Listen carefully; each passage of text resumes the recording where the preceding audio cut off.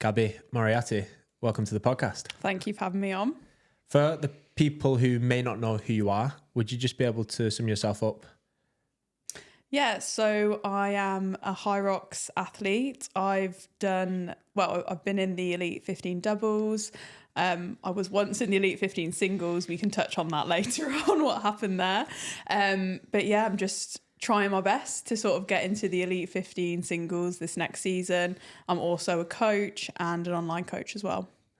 I think you're a little bit more than that. You're such a fantastic athlete, not just in like the HYROX space, but like I've seen you perform in other realms as well. I want to touch into kind of like your background as well. Oh, thank you. Where did it all start? Well, it all started, I feel like my dad was a massive influence for me. I think a lot of people say that, but honestly, when people meet my dad, they just fall in love with him because he's just such a quiet guy, not pushy. I feel like when you start doing sports when you're younger, you get them pushy parents.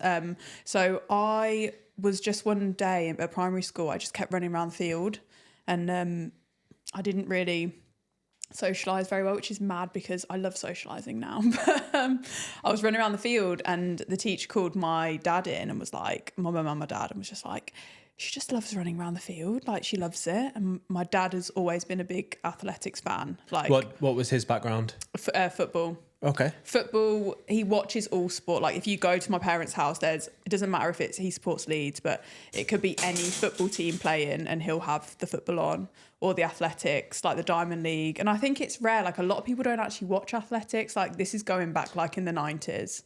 And he would get up, I think with the USA Olympics and all of that, he would stay up all night just to watch Michael Johnson in the 200 meters. He was a proper fan. So going back to that, he was then oh my God, I want to take you to the track. And I went when I was 8 and then I fell in love with running. I loved it. Which was it, a Harriers athletics club? So I'm originally from Northampton. So back then it was called Phoenix, then it went into rugby and Northampton, so the two combined. But when you were 8 to 10, you had to do all the disciplines, the throws, the jumps. Right, so you just didn't do just running? You couldn't specialise, no, because and this is quite important as well. You're that young, you're not developed. Kids shouldn't be running loads of miles. They can run, but not training 3 times a week on the track. So they tried to do a few different events, but I was awful. The throws and the jumps, I was I just want to run. If they said you could run 3 times a week at the track, I would have been there. I just loved it. No, I think it definitely is important, especially at that age. I think I've done a lot of listening to Ross Edgley on this, and he calls it general preparedness. And before you specialise, you should try everything. Try everything and focus on just the kind of the priorities, learn how to balance properly, learn how to throw, learning how to run, learning how to jump, things like this. You have a window of opportunity that it's called. I did a degree as well in sports coaching, and it was really interesting because I think it's between the age of 8 to 10. You have this window where you learn sort of your technique, and it's really hard to then change it after that. I did it with running. I'm a heel striker. And when I went to university, my coach tried to teach me how to run on the ball of my foot. And wow, I just couldn't. And you'll always revert back to your natural running style. So it's important to do loads of different events when you are young to try and get you as a well-balanced, well-rounded athlete. So what was your strengths, let's say, at 8 to 10? Was it just running? I just loved running, but I was desperate because even at that age, I would watch sort of the Olympics and I saw the girls look so glamorous in the 100 metres and the 200. So was it the short distance? Short, yeah. I was Dad, I want to be a sprinter. And he was I don't think you have that sort of explosiveness, which I didn't. I did not have it. He went, but you could be good at the 800. Let's try the 800. And I think with long distance, as you've probably seen as well, you can improve so much with that. You don't have to be naturally good. It's good to have a little bit of natural talent, but I personally think that sort of hard work does outweigh that talent with longer distances. Yeah, they definitely say you can't teach speed. You cannot teach speed, no. You're either born with it or You're not born with it. Yeah. And I was born with a little bit of it, but not good enough to like be a specialist sprinter. Yeah, we was actually at the track this morning, and we were doing some 200s, and I had no chance keeping up with the lads. I'm just, I missed a slow twitch muscle fibre. Yeah, no, I'm with you on that one. I'm the same with Lauren. Like Lauren, my coach, she is so fast. Like when she first started coaching me, I had no speed, and we would go and do like sprints in the park, and it was the funniest thing because I'd just be like getting going, but she would have finished the 50 meters, and I was like, God, this is soul destroying. But then you, like you say, you naturally was better at like the 800 distance. Was that kind of the middle distance was your thing? Yeah, so when you're like under 11, you can do like 600 meters and like 1,000 meters or 1,200. You couldn't do the full distance. But as I sort of like progressed into the sport, I found like the longer distances, sort of like the 8, I actually wasn't fast enough for. I wanted to do it. I loved it. But then the 1,500 was probably more my bag, which I ended up going into that a little bit more, then progressed into the steeplechase in sort of like my late teens. Oh, okay. Steeplechase. How was that? Yeah. Well, it was one of them you can get. Again, I'm like I was a good regional runner. I wasn't like an international runner. I was just like a good average runner. So my coach back in the day, he was like, I think you could do the steeplechase and you can go to straight finals with that. So at the British University Champs, you can go to the straight final in that. Like you can get far in that event because not everyone wants to do it. So I thought, all right, you're like, yeah, how hard can that be? Let me tell you, that is the hardest event I have ever done.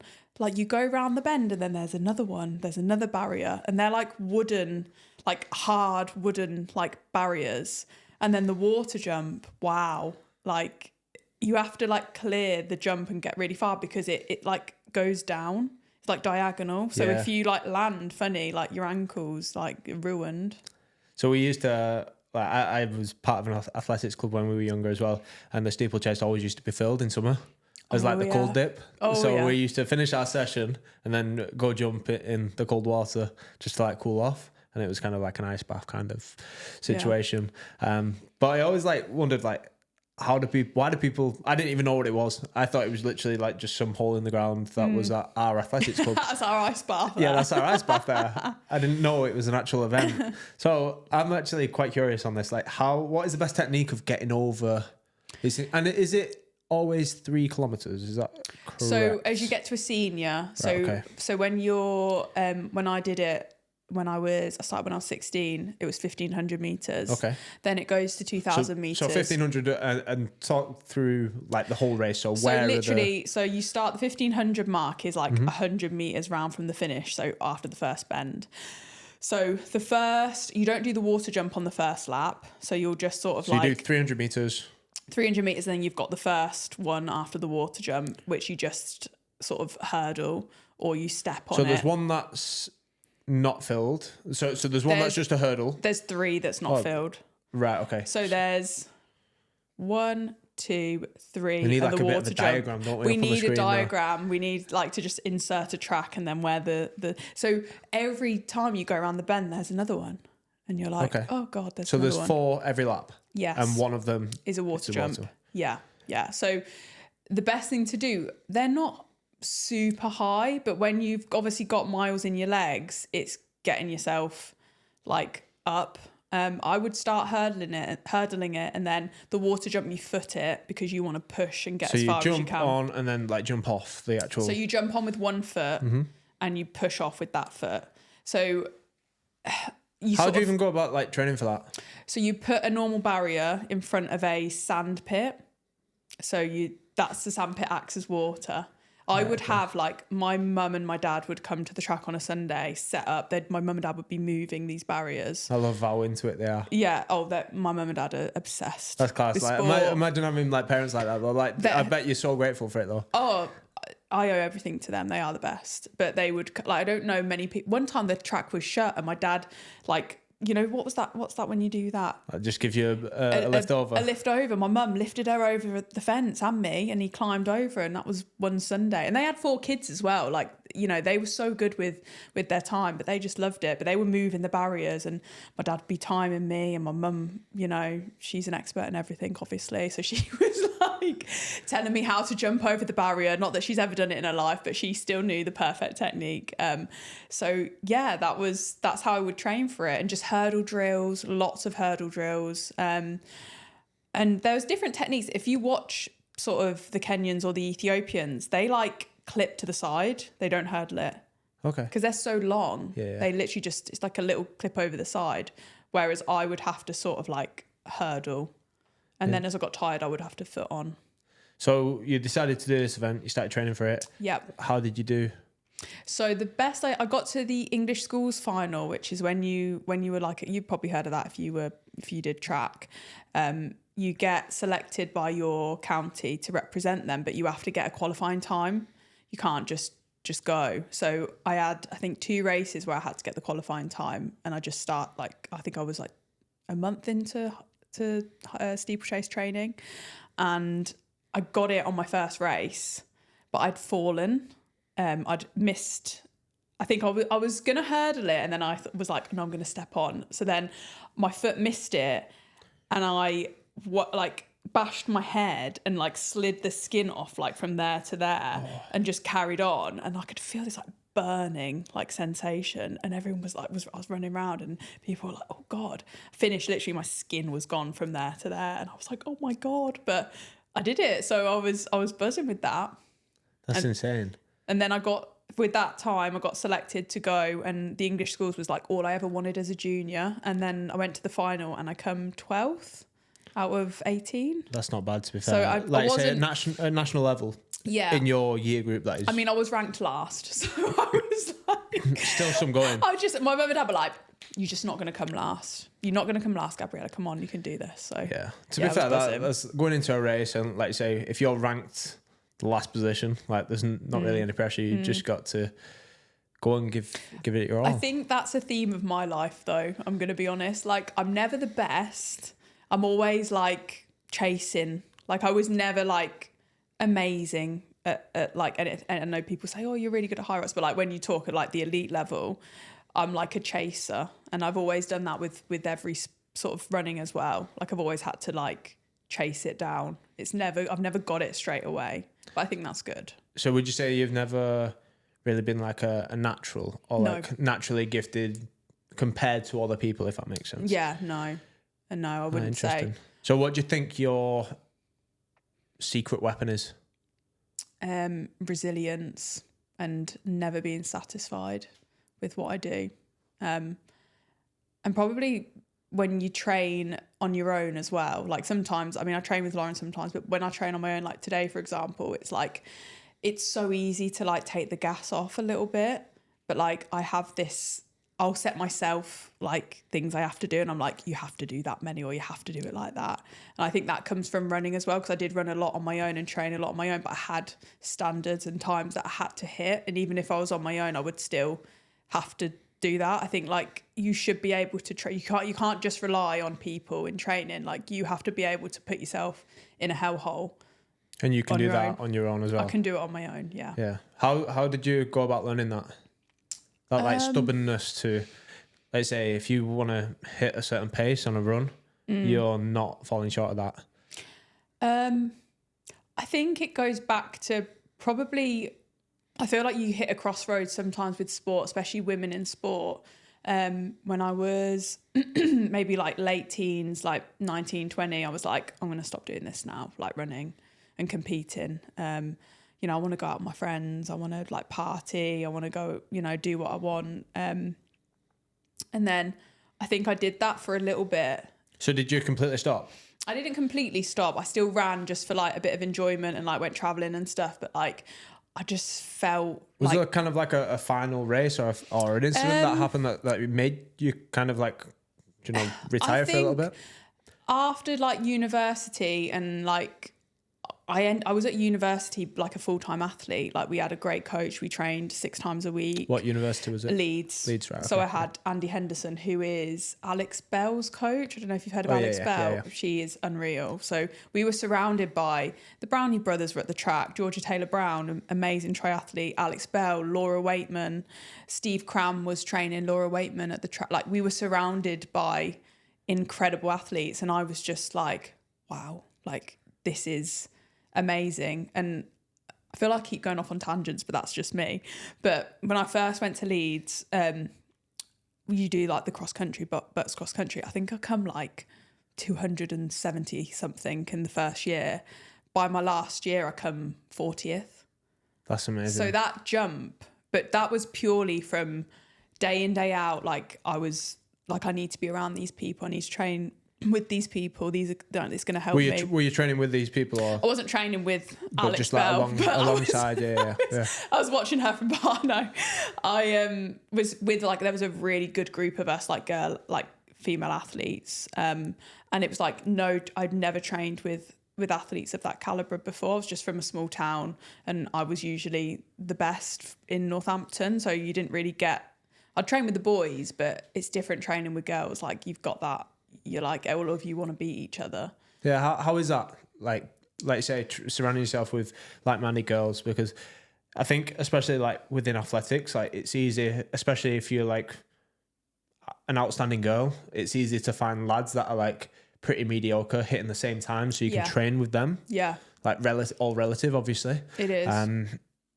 So it'd be much easier, like you say, to find a group of lads and just say, oh, can I train with you? But like, what is the difference, like having that group of girls? Is it? I think it's a level playing field.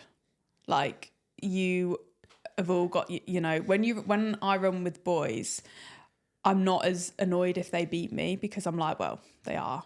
They're a man, they're a boy, they are. That's okay. They've got that extra gear. But when you're running against girls, like it's anyone's game, and we're all competitive. We all want to be the best. Like there's no point shying away from that. Like, and I think it gives you that extra push, especially like when I was at uni, I was like, I need to be, because they were better than me, and I was like, I want to be as good as them, and the only way I'm going to is if I keep training with them. Yeah, I'm interested because I've had a lot of conversations recently about like how training differs between like females and males, even within HYROX. Do you know how much females can tolerate? I've heard females can tolerate a lot more training and a lot of different training. Yeah. What do you think? Like, I think females can handle a lot. Obviously within reason. I mean, I never thought I'd be able to handle this amount of volume and training, because I've never trained like this before, and I didn't want sort of my body to break. But obviously my boyfriend as well, like he trains, but he's got a full-time job obviously. But I mean, he won't mind me saying this, but I feel like now, like I train harder than him, and he's a fit guy.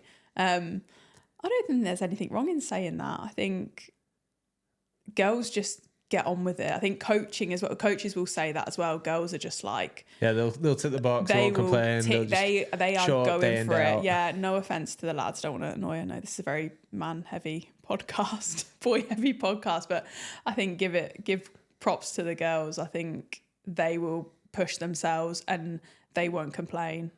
You know, no, it's interesting. Like I say, James is here from Australia, and he coaches quite a few females, and he's like, yeah, I wouldn't be able to, like he's saying this, he wouldn't be able to do the training that he sets for some of his female clients. Wow. And he won't mind me saying that, but it just shows, like you say, girls are pretty resilient, especially I think when it comes to HYROX training.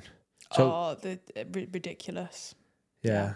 Let's so after, like you say, after training on the track, you fell out. Well, you stopped. Yeah, I didn't feel. I was like, I need to live. I want to live a little. I want to, you know. How like before this kind of like little break? How locked in were you? Was you like really really? I mean, not HYROX level locked in. Now this is a completely different ball game to me, but when I was at uni, I realised that I was doing this for me. I wasn't doing it for like my parents or anyone else, because everyone knows when you go to uni, it's free reign. Like you're living in a house with like all your girls, and like you can go out and you're literally in charge of your life, which is a scary thought when you're like 18, 19. Like you're like, wow, I can do what I want. But I decided that I wanted to train 6 times a week, and I would always turn up to training. I might have been a bit hungover sometimes, but I was very balanced, I would say, when I got to like my teens. I would like still like to go out and enjoy myself.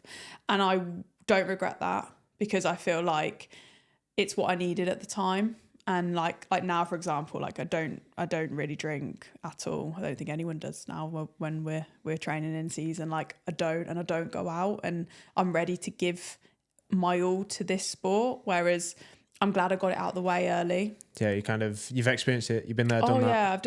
I've experienced like lots of things. Like went traveling, like did loads of things, which I'm really grateful that I did do it.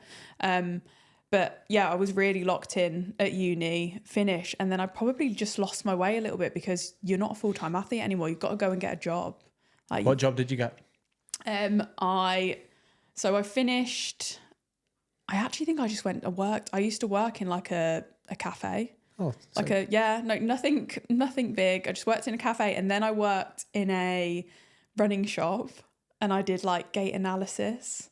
Oh, nice. Which running shop? It was called the Running Shop Northampton. All right. Okay, cool. So I did, but it was on this like massive lake. So I used to get there at 6 a.m, run around the lake, and then work. But like, I didn't really have many people in. You'd get a few people, and I just thought, I've really got to do something. Like, you know, when you've had such a high, like you've really enjoyed yourself. Like uni was great, and then you're like, is this me now? Like, is this life? So I decided, like, I did that. And I've got a question about that. Go on. You're doing the gait analysis. Yes. Do you get commission if you sell like more insoles or like more expensive shoes or anything like that? No. So you was being like completely honest Completely honest. So what would happen was, and this would really annoy me, you know, people would come in, I'd spend like half an hour with them, like looking at their feet, how they were walking, like doing like calf raises, all this stuff. And then I would get them the shoes to try on, And obviously, because you're paying for a service as well, you know what I'm going to say. You're paying for a service. So I'd then be like, yeah, they're like £135 or whatever. And then someone would get their phone and be like, well, they're £95 on this website. And I'm like, right. And then that was it. And I just thought, do you know what? This life is not for me. I'm just, I did not enjoy that. And I went, yeah, you're right, but I've just told you to get them. So and they don't value the half an hour you've spent. Yes, which I mean, everything. We're all gonna do that, aren't we? We're like, well, I could get it cheaper elsewhere. I just need to know like what shoes fit me, you know. So I think running shops have stopped doing that now, right? Yeah, that one closed down. Yeah, it doesn't seem like a very profitable model. It's really not to run, especially like you say, if they can just get them online for cheaper. And like physios do all of that now and tend to tell you what shoes you need to get. But I don't see many gait analysis shops now. I don't think it's good market. So yeah, like you say, you thought, is this it? Like yeah. I remember I was sat like watching Netflix or something in the office, and I was just like, God, is this it now? Like 21, 20. I was like, I need to do something. Like, I need to get out of here. So that's when I went to, did all of Asia, Australia, stayed in Australia for a year.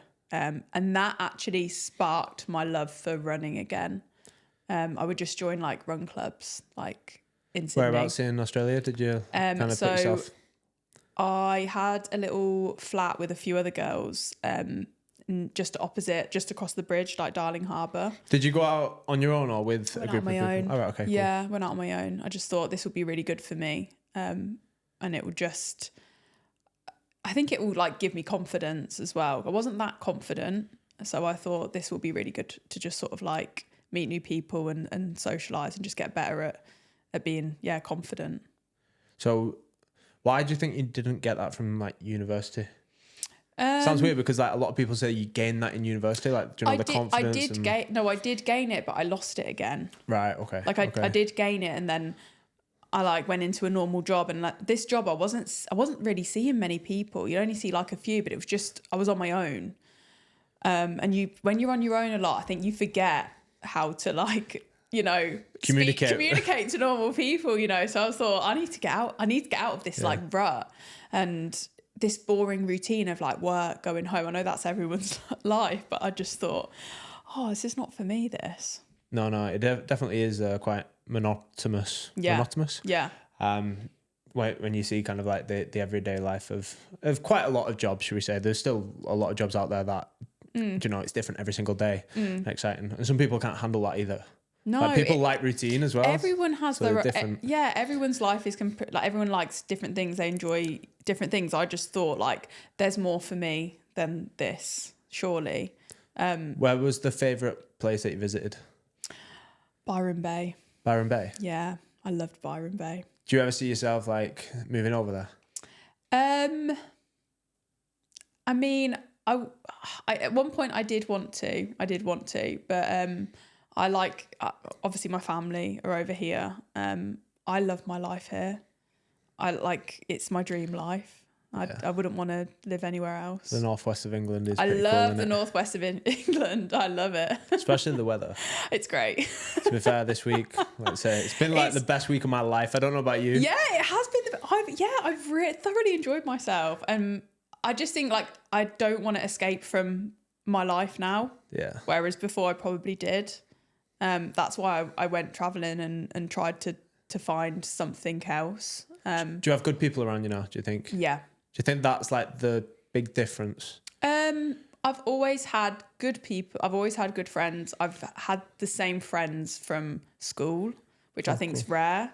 I mean, don't get me wrong, I don't check in as much now, but they accept that. I still have the same best friend from uni. She's still one of my really good friends. And I think that's more about me as a person. Like, I've always had like a few good friends, and I keep them friendships. Yeah, we were saying before the podcast that you're like a really loyal person. Yeah. Like, in all aspects of your life. And sometimes that can be like a curse as well as a blessing. It can be a curse, yes, it can. But I pride myself on that. Like, when I do find a good friendship, like, it's not going anywhere. I mean, I haven't been the best friend recently, probably because I'm so consumed with training. But like, I have my great training friends around me as well, and good friends will understand that they do. You're on this journey, you're on this path. It's not going to last forever. No, it's not. And I say that's literally my motto.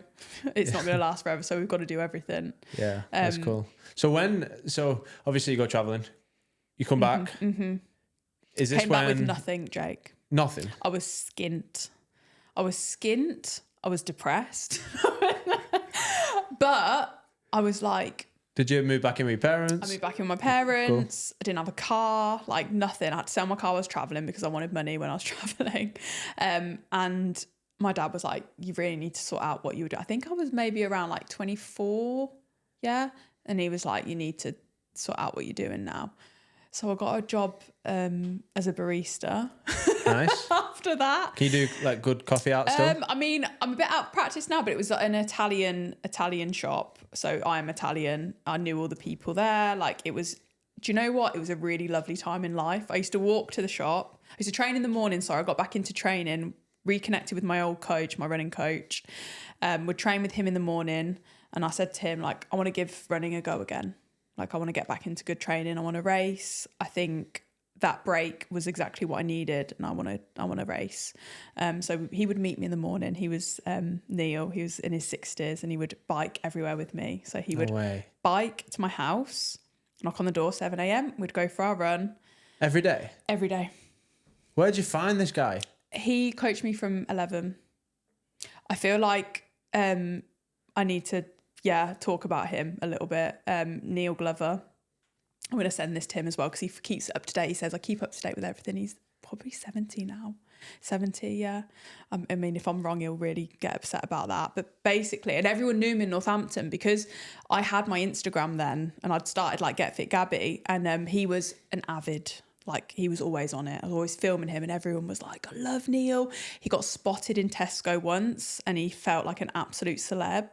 He was like, I can't believe it. Someone recognised me. He's a really tall, bald guy. old school coach would write all the sessions in a little black book. Then he would refer back to the sessions and we would repeat them with the times. He had like a 1,500 meter predictor session. So we would do that about a month out from a 1,500 meter track race. And he would tell me, that's the time you're going to get. And it was never wrong. Like, he was amazing. And he did it all for free. He wasn't. And I said to him, like, Neil, let me pay. This was back in the day where athletics was not about money. It was about love for the sport. So he like would train me, and I would, like, you know, get him dinner or get him little bits. And I did the marathon in Amsterdam, and I paid for everything for him to come with me because amazing. And him and my dad and my mum, he was like a second dad. They all got on really well. They all come together, and every race, Neil was at every race. He picked me up. He was there if my mum and dad couldn't come, but he would be there regardless. And that, I think that was probably, that's influenced me as a coach and athlete, just that passion for sport and not expecting anything in return, just doing something because you love it and not knowing what you were going to get in return. Probably nothing. Yeah. That's, I think everyone needs a Neil in their life. Neil Glover, yeah. Honestly, he would be there every morning, rain or shine. Yeah, if there's anyone in the HYROX area who fancies knocking on my door at 7 a.m. With a bike, and like, come on, get to work, Jake. Come on, let's get running, and you can cycle next to me. I'd love that because I think that's probably the only shame. Well, to be fair, I think we're building out a community now, and I think it's getting stronger and stronger. But I feel like everyone runs on their own in like the northwest of England. Like, there's not that many running groups, if that makes sense. That like, dead serious. Obviously, there's run clubs and everything where everyone's just meeting up for a social, but like where people get together and train and they're all like progressing towards a goal. Like, I think it's happening within training. Yeah, it is happening in training. It's not as much with the running world it can. Because honestly, that was the most joyous time of my life. I had no stress. I used to work in the cafe, come home, do my second session, either at the track or like round the park. Neil would meet me there, or I'd go to the gym. So sometimes twice a day it'd be... Oh, yeah. And then I would say, like, you can have dinner at... Like, mum and dad will cook him dinner or... Oh, that's nice. You know, but he's a massive part of my journey. I don't think he realises that. Like, I would get emotional thinking about him because, you know, you've had someone in your life that's like seen you through so many seasons of life. Like, we're talking like 11 till now. We still are in touch now, and I'm like 33. Disgusting. Yeah, that long. And he knows me, but literally he knows me so well. Like, he'll message after a race or be like, I know this happened because of this. Like, like, yeah, just very special person. Yeah, no, it is sad. Like I say, especially in running, I think there are like the old school guys that are kind of like just so into it and they just want to do it. 3 stopwatches on, you know the sort. 3 stopwatches on, whistle, bike. Yeah, Casio watch as well. Can't run anymore. Like physically cannot move, cannot even like walk, but they can get on a bike and somehow the next to you, just chatting away, just keep going. Yeah. Like when you're struggling, just like keep going. That's it. He will still keep running though, even though he's got like a botched calf and everything. He will run till he cannot anymore. Yeah, we had a guy at Lee Harriers legend called Joe Galvin. I think he passed away a couple of years ago, but he was like the guy that coached all of like the middle distance running group. Yeah, it's always middle distance, isn't it? Yeah, and he was just there like every session. I think he even like had a stroke 1 week, and the week later is like still at training. Amazing. And still like there. Honestly, they don't make them like that anymore. Yeah, they don't. They just love, and they're there because it gives them. That's his life. Like probably how that was Neil's life. Like training, it kept him going. He was on his own. Like, you know, that was his whole purpose. I would say. Yeah, sick. Do you see yourself doing that when you're a little bit older? Yeah. Maybe. Yeah. Yeah. Would you? Actually, we'll keep it for later. I want to carry on with the story. Okay. So the story where I'll go off on a million tangents. Yeah. So you get back into running. Training twice a day. Yep.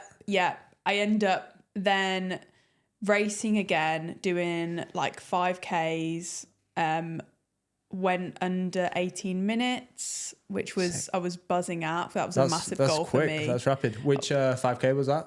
It was like a Milton Keynes. It was like 17:59. Nice. And then I was like, right, we're getting the ball rolling here. And then Neil, I don't know what happened around this time. I started going to another running club because he basically was like, you need to be running with people who are faster. He said, I'll still do your easy runs with you, but we need you running with faster people. And then this guy, Josh, who was with he set up a group called PGC1, and he had a racing team. So I joined him, and that was in Daventry, and I used to go and run with them on like a Wednesday night. And I said to him, I really want to get like right into like the 17:30s, and I really want to do a sub-3 marathon, and I want to go sub-37 for 10K. And he was like, right. So we did all of that. Just as easy as that? No.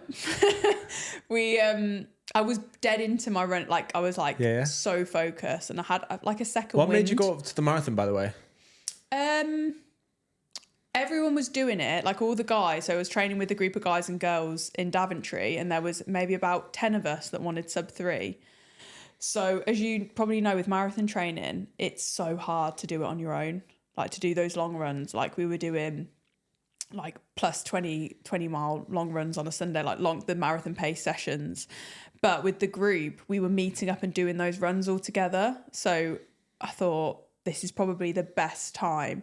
But this is like going back into like 2022, 2023, when like I feel like running's exploded now. This was before that. This was like before that sort of time. Yeah, like sub-3 then as well. Like that was a different level. Yeah, it was. It'd probably be like 2:30 now. Like genuinely like close to 2:30. I think it feel like a sub-3 in like say 2023. It was. To be honest with you, I wanted to do it and not do another one. Like, because I knew it wasn't the distance that I enjoyed. It was just I think if I can do that and get that time, that is a massive goal that I can tick off. It's not something that I then want to continue doing marathons, because to be honest, I'm not built for that. Like it took after the marathon, I did get very injured. Like I'm too, I don't want to say the word heavy. I'm just not built for marathons, I would say. I know everyone comes in shapes and sizes, but for me, I didn't want to lose any size. I like how I am, which is rare to say that as a woman. And I just wanted to stay like that. And I didn't want to get any really bad injuries and not sort of like have any longevity in the sport. I'm glad that you said that, because like for me, like the marathon distance, and I think I actually got a comment on one of my other podcasts that I said this. I said you can only run like 2 or 3 marathons a year if like that's your like sole focus. Like even the top guys only run that, and I was like I really struggle to come back after a marathon, and someone just called me weak-minded. I was like but like I think just that distance, like the marathon's like completely different. It took me 4 years to get over it, Jake. But like you can get like back from like a 5 or 10K in like a week, not a problem, and bounce back. Half marathon, even like a couple of weeks, you're sweet. But the marathon, if you are putting serious sessions in like that, like we were doing like 60, 70 miles for a woman, 60, 70 miles a week. Like that is a lot. What's that, like 110 kilometers? Yeah, like something like that. Yeah. It was a lot. And I know that my body, like I know my limitations with certain things. And was this like the carbon shoes come out then? Yes. So they'd just come out, Yeah, carbon shoes had come out. And I just knew, I was like, I'm really battering myself here. And it was intense. It was from like, so that was in the I did Manchester in the April, and the block started on the 1st of January, but I'd already done like a 2-month pre-marathon block of building up, because I was just I'd done like a half. I think I'd done a 120 half, and then was like, okay, this is good. This is like a good time we're on track for this. And then the week before the marathon, my coach at the time, Josh, he liked us to do a 5K, like a race, which is really interesting. Yeah. But I got 17:31 the week before Manchester. Yeah, that's so. And is that your PB? Like still your PB today? Or? I think I got 17:34. Then I got 17:31 the year after at like a run through 5K. That's my PB. Yeah. So near and nearabouts, like the fittest you've ever been. And I hadn't done any, I hadn't done any fight. This is why when people say you lose your speed when you do marathon training. You don't. No, you don't. Because that was proof for me. I was literally like, I felt like I was running on air. Yeah. Like it was such a gorgeous feeling that I wish I felt like that more. Yeah, I always think, imagine training for a marathon, but not actually doing the marathon, like how fit you'd be. Because for me, it's just the marathon that tips me over the edge. Same. And then like I feel like I lose fitness and I forget how to run after that. Like after coming back from the marathon. Yeah. But like if you like basically did your full prep and then didn't do the marathon, I feel like you'd be so fit. Oh, honestly, I couldn't get over it. I couldn't believe it. I was like, right, we're really on for this sub 3 now. And so what time did you get? 2:56. 2:56, nice. Yeah, 2:56:47. Incredible. And that was Manchester Marathon. Manchester, 2023.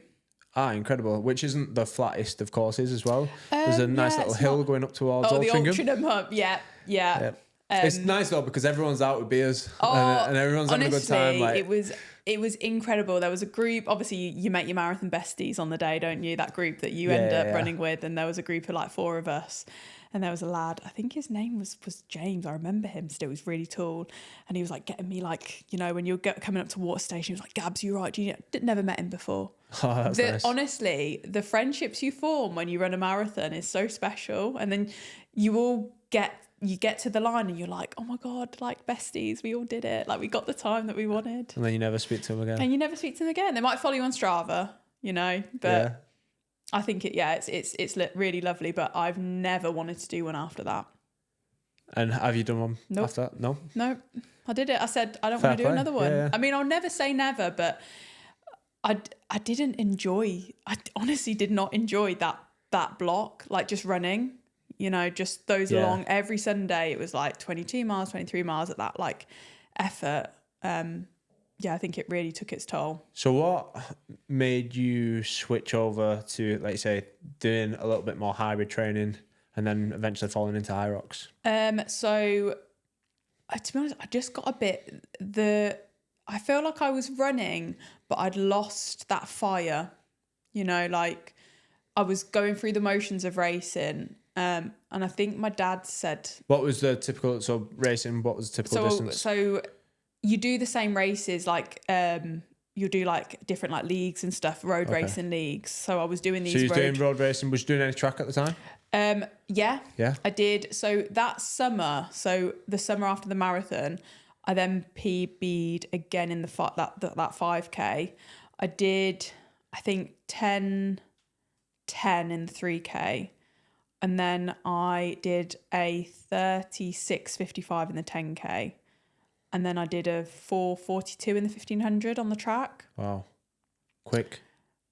Yeah, it was a really great, like, and there I was like, hitting these PBs, but like, I felt a bit flat. I just thought, is this these the races now that I'm just going to do all the time? Like, I love running. I love it. But I wanted something new to do. And was you training in the gym at all at this time? Yeah, I'd always go. I loved going to the gym, not for upper body. Wasn't very good at that. I just would do like legs, injury prevention. Like, that's it really. Just like a few squats, lunges, split squats, step ups, anything for like running. A lot of single leg work, and that was it. Never touched an erg. So when was your first HYROX? Barcelona. 2023, the November. I did it with an open with my friend. November. Remind me, is that the one where Hunter got the world record? Oh, was it?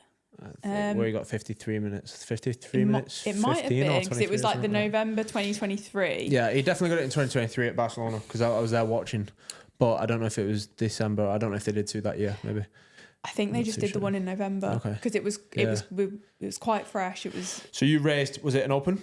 It was an open. Doubles or solos? Doubles. Okay. Yeah. Who was it with? My friend Amy, who got me into HYROX, who said, "Can you come to this class?" And I went, "Yeah." Like I was like, "Oh, I've got a few races," but at this point, I thought, it won't harm me to just go to this class.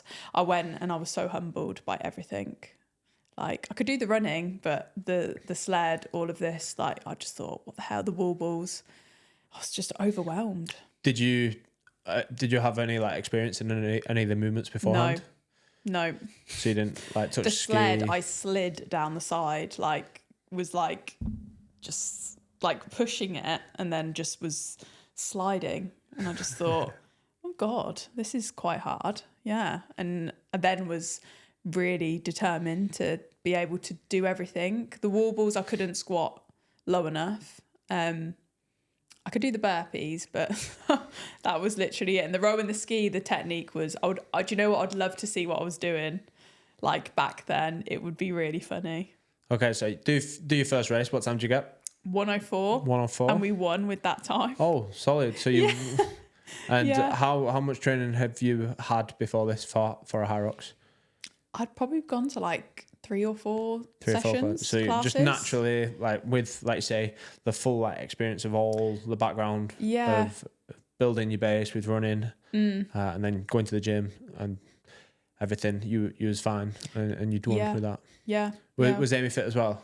Amy was fit. She PB'd 5k in the runs. She'd never ran that fast, and I was literally pushing So her. you was pulling her I on the runs. I was like, come on. And then that was back when you could qualify in the Open. So we qualified for the World Champs. Which was Nice. No, Nice, yeah, 2020. But Amy, sorry, it's my stomach.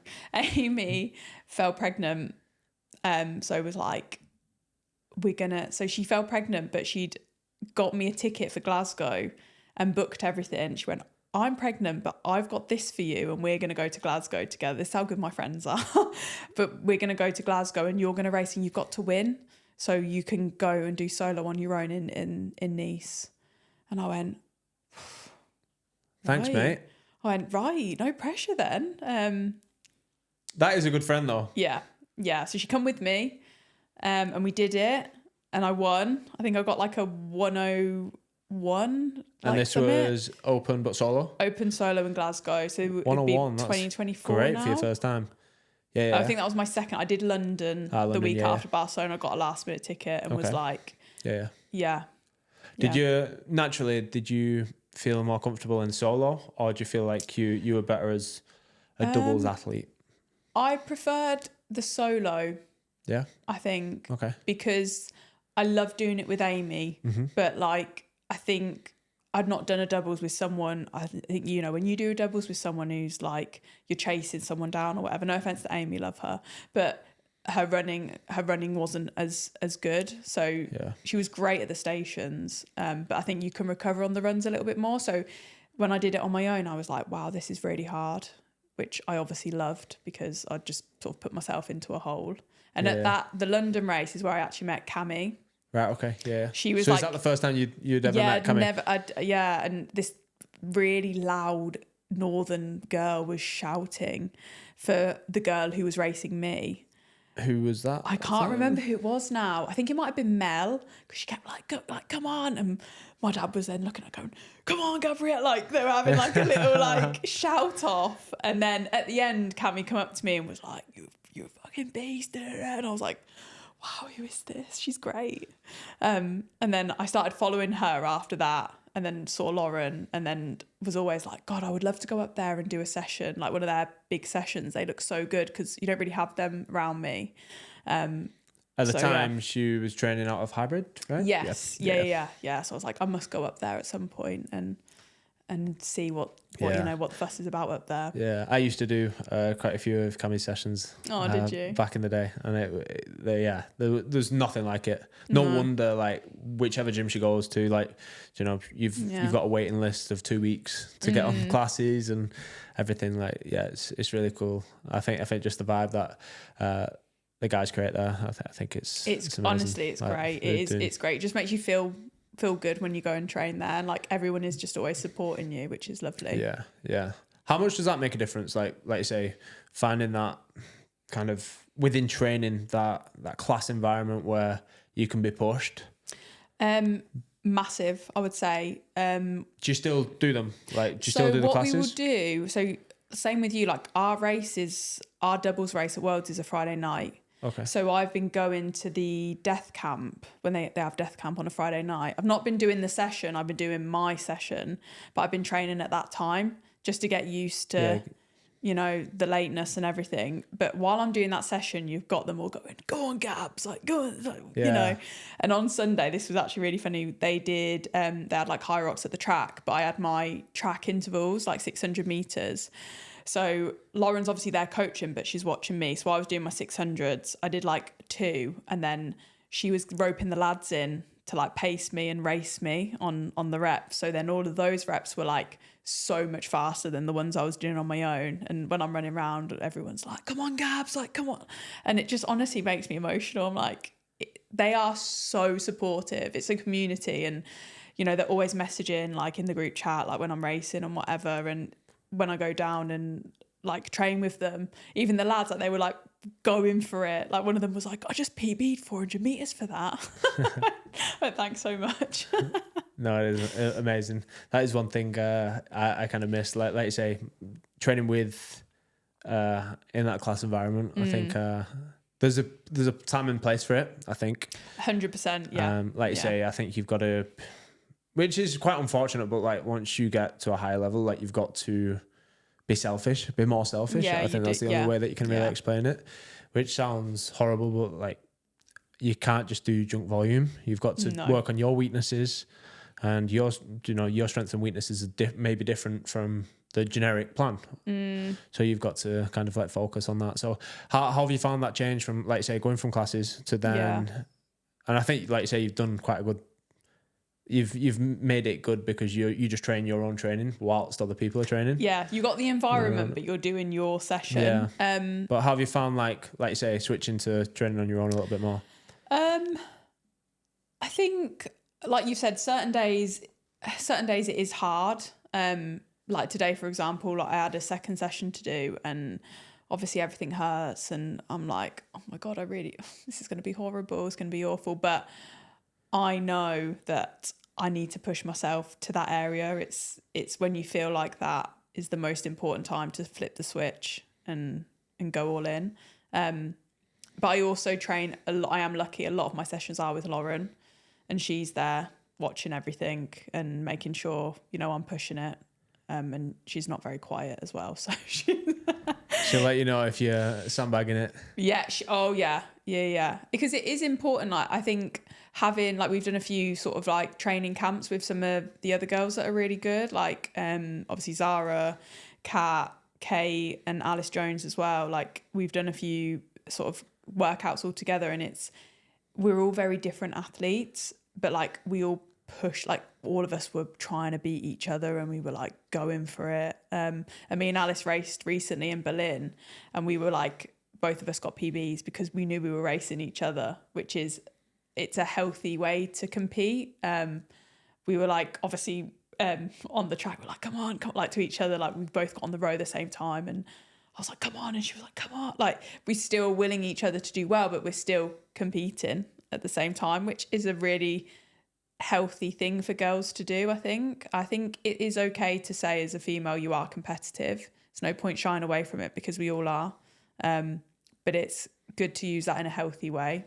I think you've got a really good mindset on it, I think. Like you say, even, I don't know, what's your first thought when you see that startup line, when it gets released, you know, a couple of days before you're racing, and you see that there's strong competitors out there? Oh yeah, Berlin. I was like, whoa. Are you kind of like, does that hype you up? Does it kind of put the fear into you? Or are you like, oh no, like I don't want to race these, I just want an easy race? Or like, I never say I don't want to race anyone, because it's always at the end of the day, you're racing what's there, and I enjoy racing. I think that's probably from the running background. Like, I'm used to whoever is on the start line, that's who I'm racing on the day. I was very, very scared in Phoenix when I saw that start line.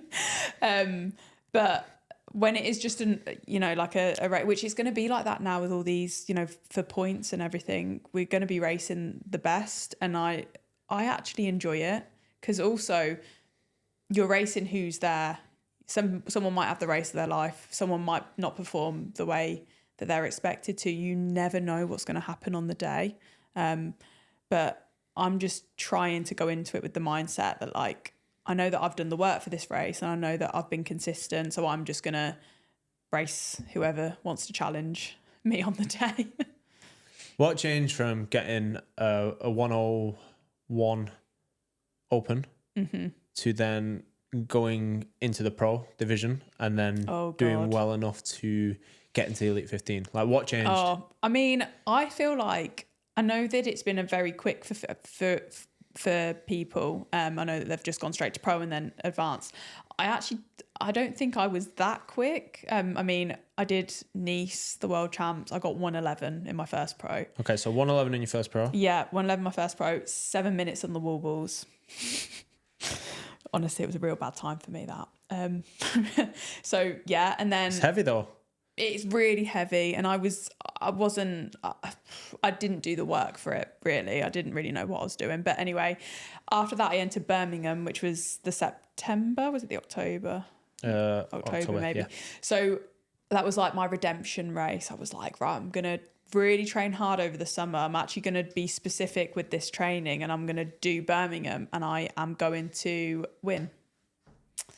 And then I went and I did, and I got a 105. Amazing. So 6 minutes off. Yeah. So I was really happy with that. And then I got an injury. I think after that, I tore my hamstring, so I didn't really race for like. I think I did Manchester doubles, and I got a sub 60, which in the January. In the December? It was in November. Was it November, December? Yeah, they did one in November. Okay. And then I did Katowice in the February, and I got a 103.56. Okay, so huge. A big jump. That's when I joined Lauren. Yeah, right. Okay, so that's when you joined Lauren. So after Birmingham, I'd met Lauren a couple of times. I'd met Lauren in the summer. I didn't like her at first. So go on, talk us through that relationship, how you met. So I got signed to March On. Fran and Lauren, I had like a little meeting. I spoke to Fran a little bit more. Didn't at the time they were working for March On, right? Yes. So previous to that, I've skipped a step. In the summer, I went to a track day that Cammy had sorted out. I was up north, and I thought I need to go to this track day with all the phase. Like, it wasn't phase 7 then. It was just, I don't know what it was, but I was like, I need to go to this. This is going to be amazing. So I went and I met Lauren, but she was so what's the word, intimidating, and she kept telling me off, and I was like, what is her problem? Like, why does she keep having a go? I was like, putting my bag somewhere. She was like, don't put your bag there. Like, everything I was doing, she was like, had a problem with, and I was like, God, I don't like her. And then I then realised the more she takes the piss out of you, the more she likes you. She's one of them. That's just like, that is it. Yeah, like if you can take it, you know, and I can, like I don't mind. I like to have a bit of a laugh. And then after that, she reached out and was like, we want you to come on to be a part of March On. And I honestly was crying. I was like, that was the first sort of like insight into this like sort of potentially becoming like a full-time athlete. Yeah. I remember I was driving, I had to pull over. I was very overwhelmed. I was like, oh my God, what the hell? Like, this is amazing. Because I'd seen Mark's video and like seen like all of that, and I was like, wow, this is incredible. And I loved the products anyway I was taking. Like, I really loved the products. So yeah, then joined them, and then I did Birmingham, spoke to Lauren, she was telling me about myself and how I moved so badly and that I wasn't very good at this and I wasn't very good at that. And I take criticism really well.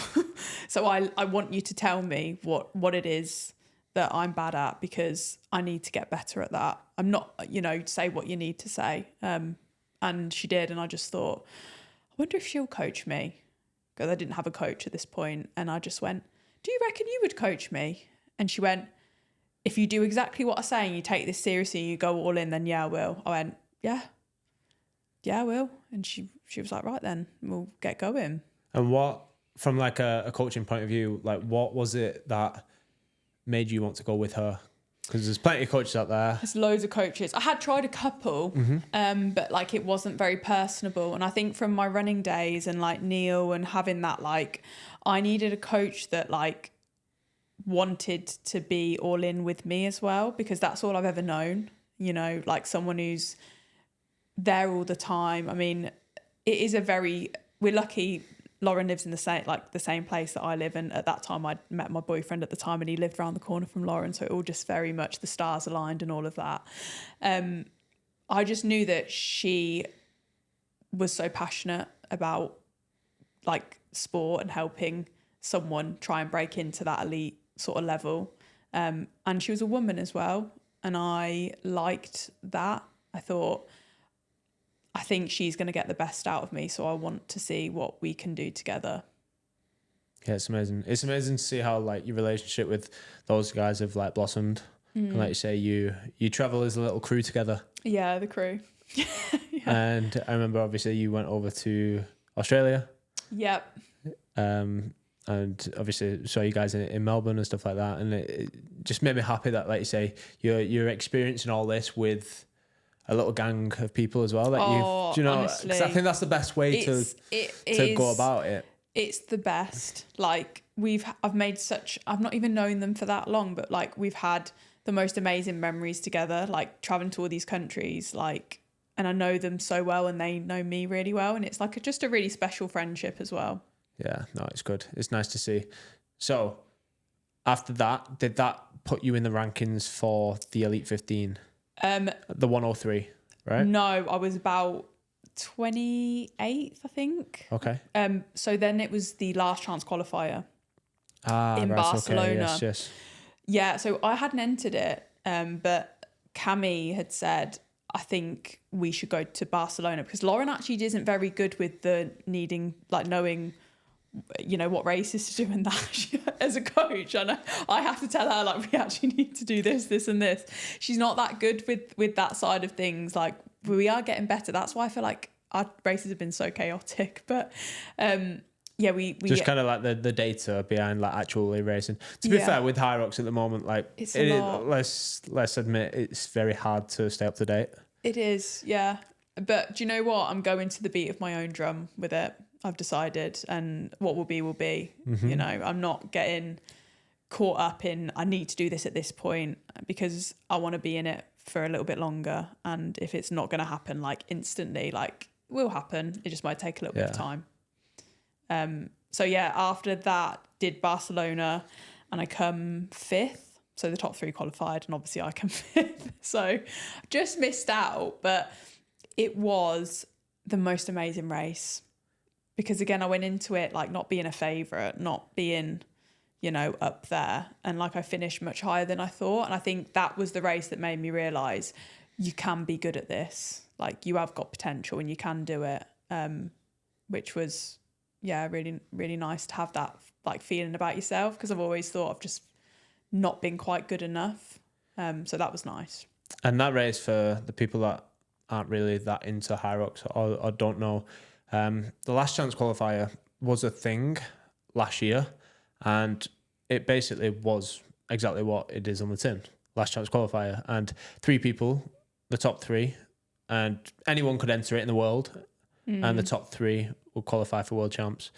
And I think that was the most stacked field, more than any kind of like Elite 15 race that season. The men's was the same, yeah. The men's were the same. I remember there's a couple of guys that have been in the Elite 15 before, and they came like 50th. Yeah.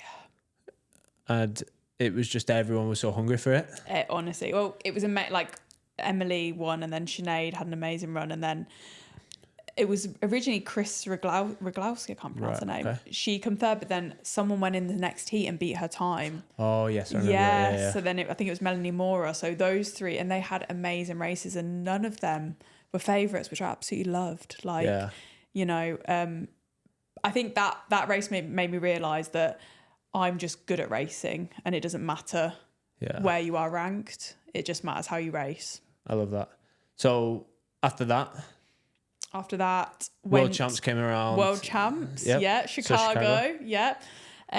So went to Chicago, solo pro. I did. I come 4th. So I just missed out again. It's like, do you know what I mean? It's like a pattern. I just missed out on the podium for my age group, which, do you know what? I actually I got a PB. I think I got like a low 103. And I think I was like 10th overall out of all the age groups. So I wasn't really that, I was happy with that. Like, I just thought, that's great, I've done well. And then the next day, me and Dave had mixed doubles and we won. No way. Yeah. That's insane. Yeah, we won. Come on, Dave. I know, honestly. And my mum and dad were there. Obviously, my mum and dad came all the way to Chicago, my brother. And it was just one of them moments where I just looked at them and my dad just hugged me. And I just remember him going like, honestly, it makes me emotional. He was just like, everything you've wanted, everything you've wanted, you've just achieved that. Like, you just needed to be at the top of a podium. Because he's followed it all with me. I have always just missed out, I rarely win. Like, I'll just miss out on podium, same with running. And he just said that and I was just like, yeah, like, that's something that I feel like that can't get taken away from me. I know there'll be a new crowned person the next year and the year after, but like, that was us, we did that. And what an amazing thing to do with your partner, Yeah. It was incredible. That forever. Oh yeah. Yeah. It was incredible. That's insane. So that finishes off the 2025 season. Yeah. And then we come into this current season, right? Yes. This current season. Wow. What a whirlwind this has been. I feel like I feel the competition is amazing. You've got like so many people popping up out of nowhere now, and I think it's really becoming a competitive sport, I would say. Yeah, it's good. It's definitely good for the sport, I think. Yeah.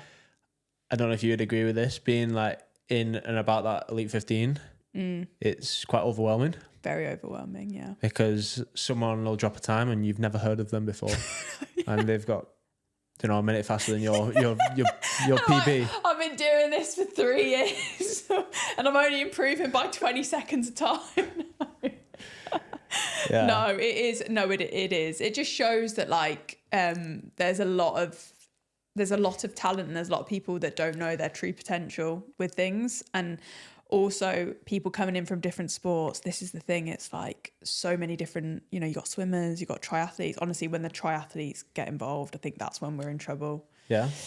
Yeah. But all these sort of endurance sports, like netballers, like, everyone's sort of getting into it. And if you are an elite sports person in a different field, then you've already got that elite sports person mentality. I don't have it as much as these other people who have performed higher than me. I know that I've got grit, but like they've been exposed to this, level. I feel like I'm still finding my feet with it a little bit. So how has it been changed? Obviously, like say, making your debut in the Elite 15. Yeah. And doing in particularly well with like the doubles. Mm-hmm. Like, how have you found the change, like the switch to being, and when did you go full time? I didn't really go like proper full time. I wanted to work in some capacity because I love coaching. I always have. I don't do as much, but I do have some like online clients and stuff, and I do enjoy that. And I feel like we do have spare time, so we can. Yeah. No, I think with especially when people say, you're a full-time athlete, all you do is train. Anyone within the HYROX space isn't a full-time athlete. Like, technically, no one's a full-time athlete. Like, even the guys at the top of the space, like, they have commitments. They have things that they've got to do, whether it's coaching for brands, whether it's doing activations for brands, whether it's doing other things like social media, YouTube, etc. Yeah. Like, everyone's got a lot on their plate because they can't make enough money just from like HYROX and just from like prize money, or HYROX don't pay. So I think like me, because I am like a chaser. I keep doing that. I'm like chasing. Like we're still having to. We don't get enough from sort of like other things that we have to do, and we also.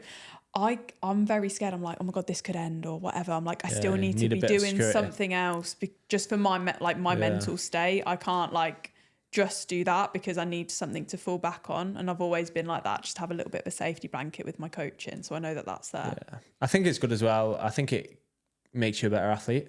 Yeah. Being able to coach people, because sometimes at the end of the day, coaching is trial and error. It is, yeah. And you're doing trial and error on people. And like I say, it's educated. Like you genuinely want what's best for them. Mm-hmm. But sometimes it might go wrong, or sometimes it might go right. And sometimes that's going to be different to what you're doing. Yeah. And then you learn from that. And then you apply that to your own training, and it might work, and you might get better. So I think it's kind of all towards this one goal of you becoming the best athlete that you can be. But like say, you have that sense of security as well. I think that's cool. Yeah. So is it kind of like one-to-one that you do online? Online, or is it, one-to-one. Yeah, cool. And then just sometimes I'll do like some programs. Some little programs. And then I coach 3 times a week down at Team, which is in Northwich. Oh, amazing. So yeah, I just love that. The community, it's got a nice community, nice people. And it's good to like go somewhere else to coach as well, I think. No, of course. And it keeps you grounded. Like, yes, it does. Yeah. I feel like being an athlete, like you're on your own most of the time, like say, or just with your coach or whatever. And your head can get quite big. Yeah. But going into a normal environment, whether you're coaching and you're just having chat where people are taking the piss out of you, like there's nothing more and you humbling. just talk about just normal stuff, like nothing about HYROX, nothing like yesterday we were talking about the Carly documentary and all, like that's what I want to talk about, like you know, I don't want to talk about HYROX all the time. It's nice to just talk about different things. So it keeps you normal. But what's changed the most, so like with your whole lifestyle? You said that you don't drink much anymore. Because like I used to be very balanced with training and everything. Like I would still probably like mid-20s, I would still go out and train and like have fun and like maybe not get enough sleep a night, like all of that sort of thing. Whereas now I would say I'm like, well, this is one thing that me and like Lauren speak about a lot. Like I have dedicated my life to this now, and it doesn't feel like a chore. It's something that I've chose to do. Like I'm happy with that decision, because like we've said numerous times, like this might not, you don't know how long you're going to be in it for. And I know I'm aware I'm approaching my mid-30s, so I want to do everything I can to like get the most out of myself, because if I don't, then I would just think, well, what if I didn't do that? Or, I know, and I feel confident when I go to races, knowing that I'm a confidence athlete. I like to know that I've ticked all the boxes and I've done everything right and my recovery's been good and all of that. So I am going to do that because I want to achieve my goals in the sport. Yeah, I love how you said that you, before anything, that you love it, and you've kind of, you don't see it as sacrifices. No, we've chose to do, like, we're lucky. We've chose to do this. I can't believe this is my life now. Like, I'm just grateful all the time, because I never thought that this would happen. Especially like I was going to quit, like I was going to give up competing competitively, like in my 30s. I thought that'll be a time where I'll just go to the gym for fun, just go to a couple of classes and that. But like, I always wanted to be a full-time athlete when I was like maybe mid-teens. And then I just thought, well, that's never going to happen because I'm not good enough. And now it's happened. I just want to do everything I can to like protect it. How does that feel? Do you have to like pinch yourself? Yeah, I just drive, when I'm driving in the car, sometimes I'm just like, I'm just so happy. I'm just happy. But don't get me wrong, there are happy times, but there are also sad times. I do want to touch on Phoenix as well, and I am going to speak about that, which was my first Elite 15 solo race. Yeah, let's get into it. So throughout sort of probably my mid-20s, it got a bit worse towards my late 20s. I'd just be like training and I've collapsed like a couple of times while I've been running.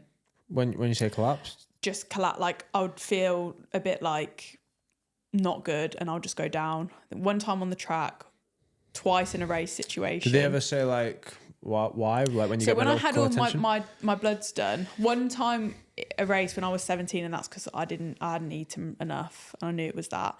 But in my late 20s, they couldn't find, the only thing they kept saying there was like my left ventricle was thicker, the wall was thicker or something like that. And this is really stupid of me, but my mum was like, we need to go and see, we need to like have you properly checked. But I was so scared that they would say, you can't do this anymore, I would just be like, I'm fine, no, I'm fine, like it's fine, whatever, it's all right. And a couple of times I didn't tell her which is really bad. She'll listen to this as well and she'll be really angry. But I just was so scared it would be taken away from me. And that is so stupid now. Like I shouldn't have done that. And around the time of Phoenix, like everything was fine. There was a couple of sessions where we had to pull the plug on the session because I just didn't feel good.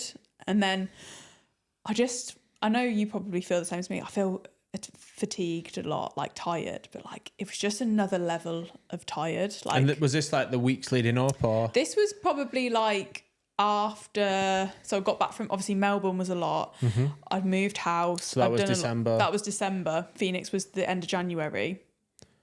So there'd been a lot going on, but I just thought it's just because, you know, I've moved house and everything, I'm just tired. But I'd train and I'd have to like... We didn't even touch on, did you go to Sydney? Yeah.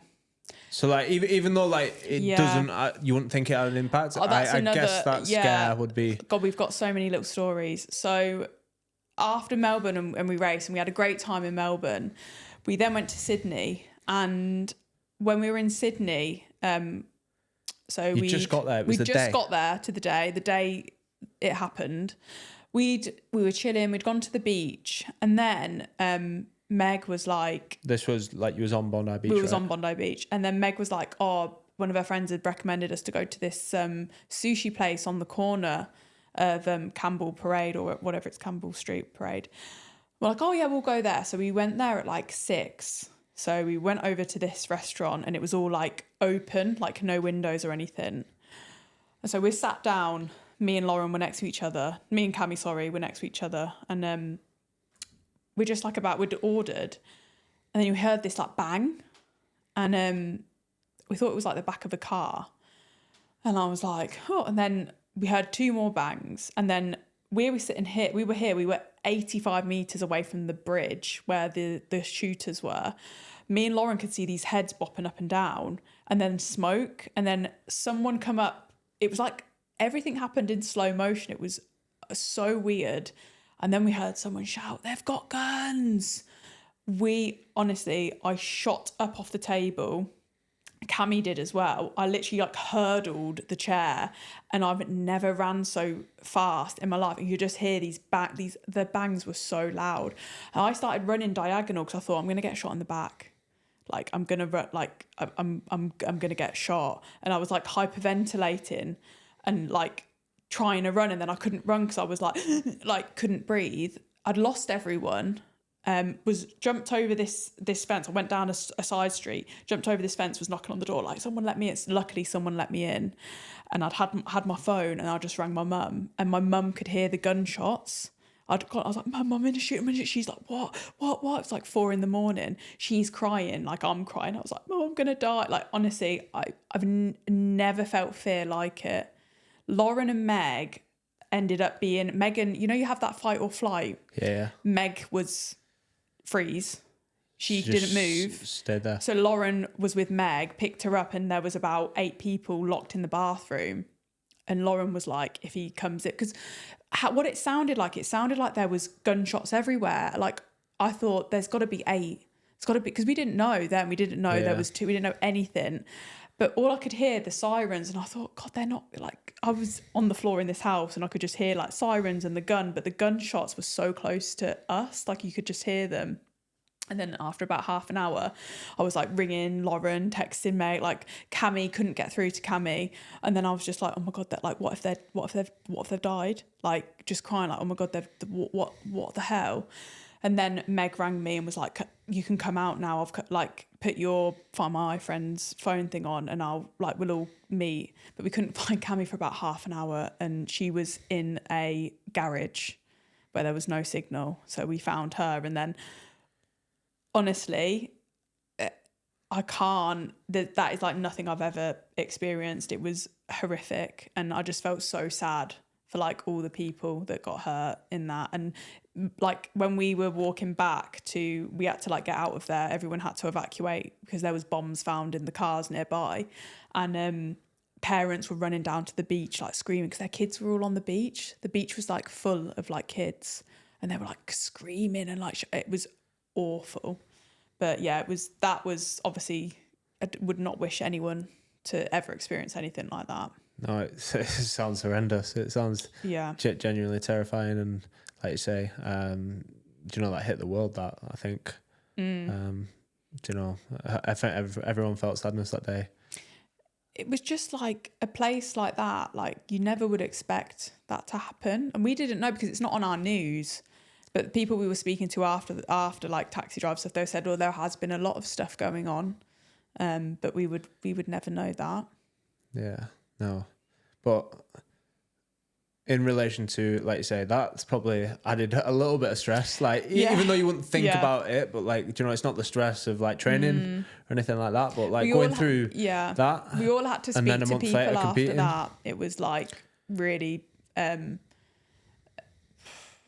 just life changing, like your mindset, like going into that. Do you think it has changed like your mindset on life? I just was thinking I've not done everything I want to do. Like I don't want this to be it. Like I've got there's things that I want to do, and then I always then think back to that when things aren't like going my way, or like I just think I'm actually just very lucky. You know, I might not have been lucky if we would walk down a little bit later, or you know, something else happened, or we didn't go to that bar, we sat on the beach, or we sat on that grass verge, you know.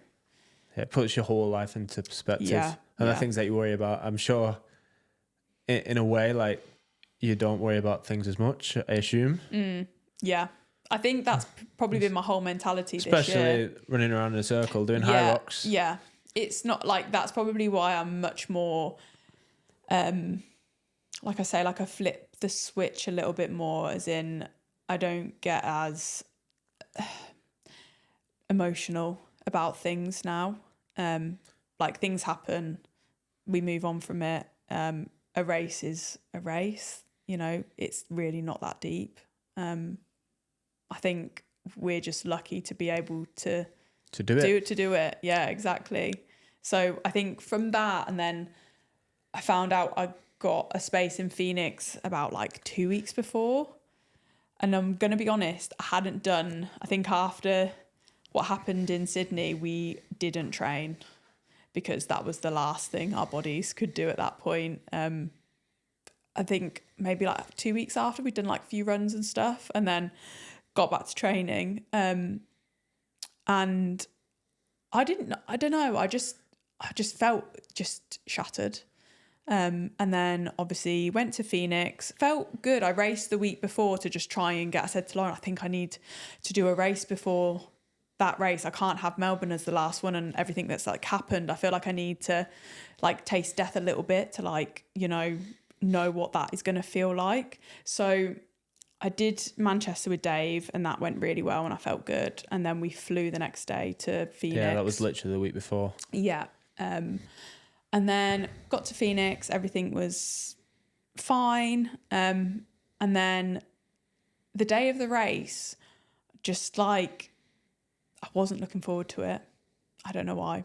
I just was like, I don't feel right. But I'm not going to say anything because that maybe I'm just in my head. Yeah, sometimes like you just saying it out loud like creates negative energy. And yeah, you kind of take yourself out of stuff. Yeah, I'm like, you'll be fine. Like, you know. Sometimes like faking it till you make it, kind of like just tell yourself that you're fine and you will be fine. Yeah. It actually works. Like, yeah. And I was like, that's all it is. Like, you know, whatever. And it was amazing. Like, it was an incredible experience. And like on the start line, I was like, right, come on. Like, started. I didn't feel like I was running well. I felt a bit like clunky, but I was like, do you know, like just get into it. Sled push was great. Sleds were great. I was like, right, cool, we're into it. Was on the burpees and like I couldn't hear, you know, like I felt like I couldn't see properly, and apparently I got about 4 penalties on the burpees. I had no idea, didn't know because I couldn't hear what was going on. And then I sat on the row, and I was just like looking at Lauren, and I was just like, she said your eyes were just rolling back. You would like, just didn't look good. And then I got up to run and I felt like I was crawling. And then I think it was just as I come out of the inn, I just went down. And when I woke up, I was on a stretcher being wheeled out of the stadium. And I was just like, what the hell's happened? And then got back to the hospital, done all these tests, and they were like, you're fine. And Lauren was like, she can't be. We literally saw her eyes were like rolling, but there's got to be something wrong. So then I came back to the UK and I went to like a specialist doctor in Liverpool, and like he did loads of tests, and I couldn't do anything intense for a while because they thought it was something to do with my heart. So they were like, you can't do anything. Like, we need to rule anything out. It might not be, but it might be. If so, like, that's your HYROX career done, really. Because if it's your heart, then what do I do? Like, I'm always going to be scared. So luckily it wasn't that. And it was something super common actually in endurance athlete, like women. It was my ferritin levels. Okay, so that's classed with iron, right? Yeah. So if you, I think like, and this is another thing, like I see myself as just a normal woman, but like we're training like elite athletes. So we require a lot more than the average. So I think like a normal reading, like a low reading for a woman is like an average reading is like 30 to 40, whereas elite women, you need like above 60. I think mine was like 21. Okay, so yours was which was super low, like something like that. But when they were doing, apparently after you've exercised, that doesn't come up because of some sort, I don't know the science behind it, but when something's like aggravated or whatever, it won't show the ferritin. Yeah. So you need to have it done when you're like at rest. So luckily those results come back, and the doctor, he was amazing. He was like, you have to treat yourself as an elite athlete in all aspects. Yeah. You know, because... So was your classed as like anemic? It's before like it's like how your body absorbs it. But if left untreated, you can go to like severe anemia. Right, okay. So I'm just on like tablets now. And I have a lot more steak. I don't really have caffeine because that affects the absorption of iron. And I have to like eat things at certain times to make sure like it's being absorbed properly. So it's very smart. And like you say, with women having a cycle as well and having the periods, like obviously you need more iron as well. You do. And like we're all very different. Like it might not affect some women, but like some of us it does, and it is again super common. And then with just creating red blood cells, like especially with heat training, they say whether you're heat training or altitude training, like you need more iron within your system because your body is trying to make more red blood cells. And I assume that happens when we just train every day as well. Yeah. Like, especially like say training like an elite athlete. Do you know how many hours you train in a week? Roughly? Like 12 to 16. 12 to 16. So you're training 12 to 16 hours. Like, that's a lot. Yeah, it is. And I don't think you realise how much you are putting through your body. So we have changed a lot. It'd be interesting to see like your performances like after you've kind of got over this, because I know it takes quite a while as well. It doesn't just like, you can't just like take one iron tablet and it's fine. Yeah. Like, that's why I haven't raced that's why I haven't raced properly in so long. Like I did my first two solos back to back, like last week and the week before, because I'm now at a point where I can. Yeah. And that's super like, I've not put any of this out on social media or anything. I've sort of dealt with it and got on with it. And I think like people sort of say like, well, I always say this, no one is actually as bothered about your life as you think they are. But like, I think I had to just sort of like patiently, like I was so desperate to do the London, the champs, the EMEAs. Yeah. I so desperately wanted to do that, but like I wasn't ready. Like I wasn't ready. I hadn't given everything enough time to like get to where it needed to be. And it's just about like being patient and knowing, do you know what? I'm not ready right now, but I'll be ready soon. And then it will feel nice and it will feel great because I'll feel like I'm lucky I get to do this again. Yeah. You say, obviously, like you say, it's not important to everyone what's going on in your life, but like that message of just like you saying that and people who are going through so so many things like similar to that, and it will help them. Honestly, the amount of people that reached out around that time, I was so embarrassed. Why? I just was so embarrassed. I was like, my Elite 15 debut, and I did a Gillian McKeith, like. Like, I just thought, and I was like, what if I never get to experience this again? And like, it's unfinished business. But I feel like, it's getting so competitive, but it's fuel to the fire, isn't it? Like, yeah, as long as you use that as motivation. Yeah. And like you say, you've got nothing to lose. Like, the next time you stand on that start line, you know that you can't. If you finish this race and like you, I say, even though that was like the worst thing that could happen, it was the best thing that happened to me. Like personally, like how I view everything now, like it can't get worse than that. Yeah. I mean, it can, but it can't. Yeah. I don't think it can. Do you ever think that sometimes that as well? Like you say, you might have felt embarrassed, but it isn't the end of the world. Like just the realization that like, you have a bad race. Yeah. You get over it. There'll be another race. It's absolutely fine. Yeah, I think like what happened in Bond, like at Bondi and everything, that probably made me a bit more like, it's really not the end of the world. Yeah. Like, you can have a little bit of a pity party for a bit, and then you've got to like I was just happy that it wasn't anything too serious that couldn't be fixed. It can be fixed, and you'll be out there again. Yeah, no, definitely. And so you've raced twice recently, raced most recently in Berlin last week. Yep. And you PB'd? I did, yeah. I'm second at the moment, but there's more waves tomorrow, I think. Yeah, so Berlin is over 9 days. Yeah. So technically there's like 2 days of racing for each category or more, I think. So yeah, you've got double the amount of people to go against. So, but yeah, hopefully we stay second. What are you looking forward to? I am looking forward to World Champs. I'm going to do World Champs with Zara. I'm just going to do the doubles with her. I'm not like... So on the Friday night, yeah? Friday night, yeah. How are you feeling for it? I'm really excited. Have you done much training with Zara? Yeah, we've done a bit of training together. We're going to do another little mini training camp, I think next weekend. Does she come to you or do you go to her? She comes to me because she's got like Lauren and she's... Does she get on with them guys as well? Yeah, she's working with Lauren now. So it's... Oh, amazing. So she moved on from Tiago? Yeah. Okay. So she's working with Lauren, and amazing. It's just... But that like helps the kind of doubles relationship as well? Yeah. Really helps. Being coached by the same person. So we all like know what we're doing, and I think we're just going to go for it again next season. I think... For the doubles, I think this is a real opportunity for anyone that wants to either be in the Elite 15 or be competitive within the Elite 15. Yeah. Like this season now that you've got to be racing with people from the same country, especially on the men's side. I don't know about the women's, but there's not many men that are competing together that's from the same country. Really? So like myself and JK. Yeah. Jake Williamson and Hunter. Yeah.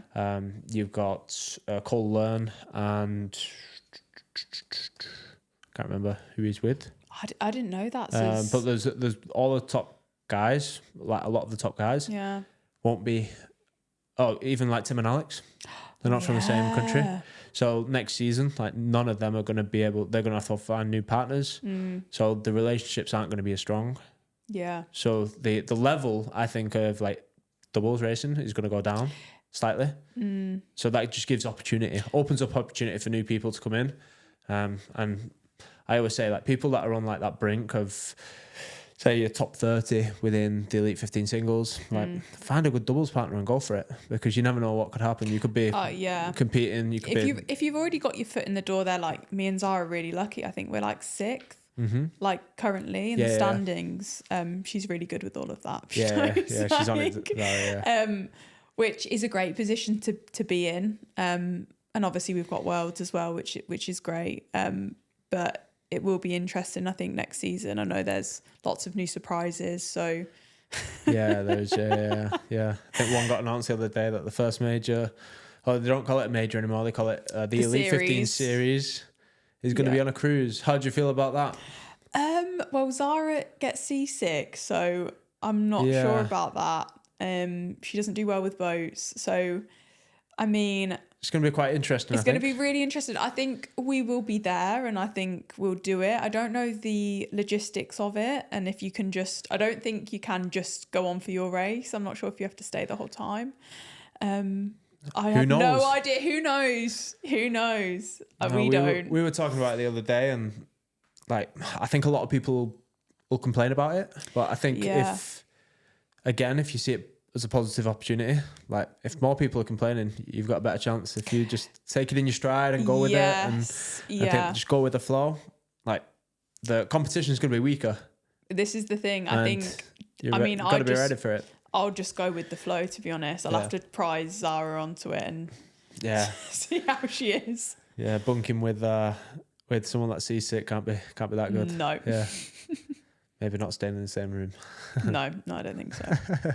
But that's interesting. So that's the first one of the season. Have you got any plans over summer? Is there any specific tricks up your sleeve that you think you and Lauren might try or do? Say, for example, I know quite a few people are thinking about like training camps, maybe going to altitude, doing heats.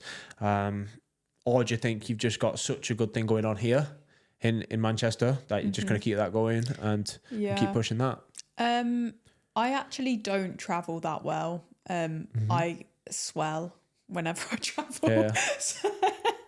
So I don't enjoy it. Like Lauren always says, you don't travel well. You're very good in your surroundings. I think we are probably potentially going to go somewhere. We're not sure where, but it's not too bad because I won't be like racing. We might do a little race in August potentially. Ooh, nice. Just because I've had a different season to everyone. It's not been like I probably missed the first half of this year, so that was sort of a little bit of an off period for me. So I sort of feel like I'm coming into a peak now, so it would be silly not to use that. That's great. Have you got a race in mind? It might be in Australia. In Australia? Yeah. Wow. So we potentially might be going there. You do know it's winter over there right now? I do know, yeah. We might, there's something, we're not just going there for HYROX. There's a reason. Yeah. Okay. Yeah. Okay, not nice. for me, for Lauren, but we might. Yeah, no, that's cool. Might. And then probably be here for the majority. And I think working more on my running, because even though that is my background, it's not the same as the other girls who are coming in and who are elite runners. Yeah, they're rapid now. I think especially the big difference I think between like the females and males is the running on the female side seems to be like what people are progressing the most with at the moment, if that makes sense. Yeah. And I don't know whether that's just the weights. I don't know. Like I want to ask this question actually. Like, do you think the weights are pretty light? Like now that you've got used to them and now that you're like fully fledged in the Elite 15, like probably. Like if they were a little bit heavier, would you be like, yes? Yeah, for me. Yeah, me for personally, you yeah. Because I've now turned into a station, better at my stations than the runs, because I'm probably a little bit heavier than the girls. Like the sleds are they're my bag. I knew in Berlin because they were quite tough. For me, they weren't, because the push is my favourite. But if you're a little bit lighter, I suppose it is harder. And even the farmer's carry, I used to struggle with 24s. Really, that was a real weakness of mine. But now it's easy. They're all right. I pick them up and I'm like, these are all right. Don't know how I couldn't run with them yet. I couldn't do a Sinead, but they don't feel as bad as they used to. Yeah. That's so amazing. I would like maybe a little bit of weight added, and it might favour different athletes. How much do you analyse the other athletes on the course? I don't really, because it's changing all the time for me. Yeah. If I was maybe a solid in the Elite 15, then I probably would. There might be some, like Barcelona, Lauren was like, I want you to lead this race. I want you to take it out. Because I think Saskia was in the heat after me. So she was like, take this out and go for it. Whereas in Berlin, I sort of held back a bit. Yeah. And thought, I know that a lot of these, there was obviously three really fast runners. And then I sort of like crept up towards the end. And I felt that was probably the best way for me to race. Yeah. I always think that as well. I think that's I don't know, it's a much more enjoyable way to race, in my opinion. Yeah. Like going out hot at the start, like, yes, some people might say it's necessary to do, but if you feel out of control because you're going out that hot, it's not great. It's not very good. And the ski is not. I don't like the ski. Why? Any reason? I'm just not very good at it. Yeah. And I should be better. That's another area, the ski. Yeah, but I don't think it's not something to lose too much sleep over because it's not the be all and end all of the race. Yeah. No, I'm just interested in why I asked that question is because I think there's a lot of like studies done on like the Elite 15 men, like done by other men that are like, what's the optimal weight? What's the optimal physique? What's the optimal kind of training hours per week, training split and stuff like that? Do you look at the Elite 15 women and kind of analyze all that data and like look at if someone's a little bit leaner on that one, they've actually raced better compared to when they've maybe been a little bit heavier? Or do you ever think about any of that? Or?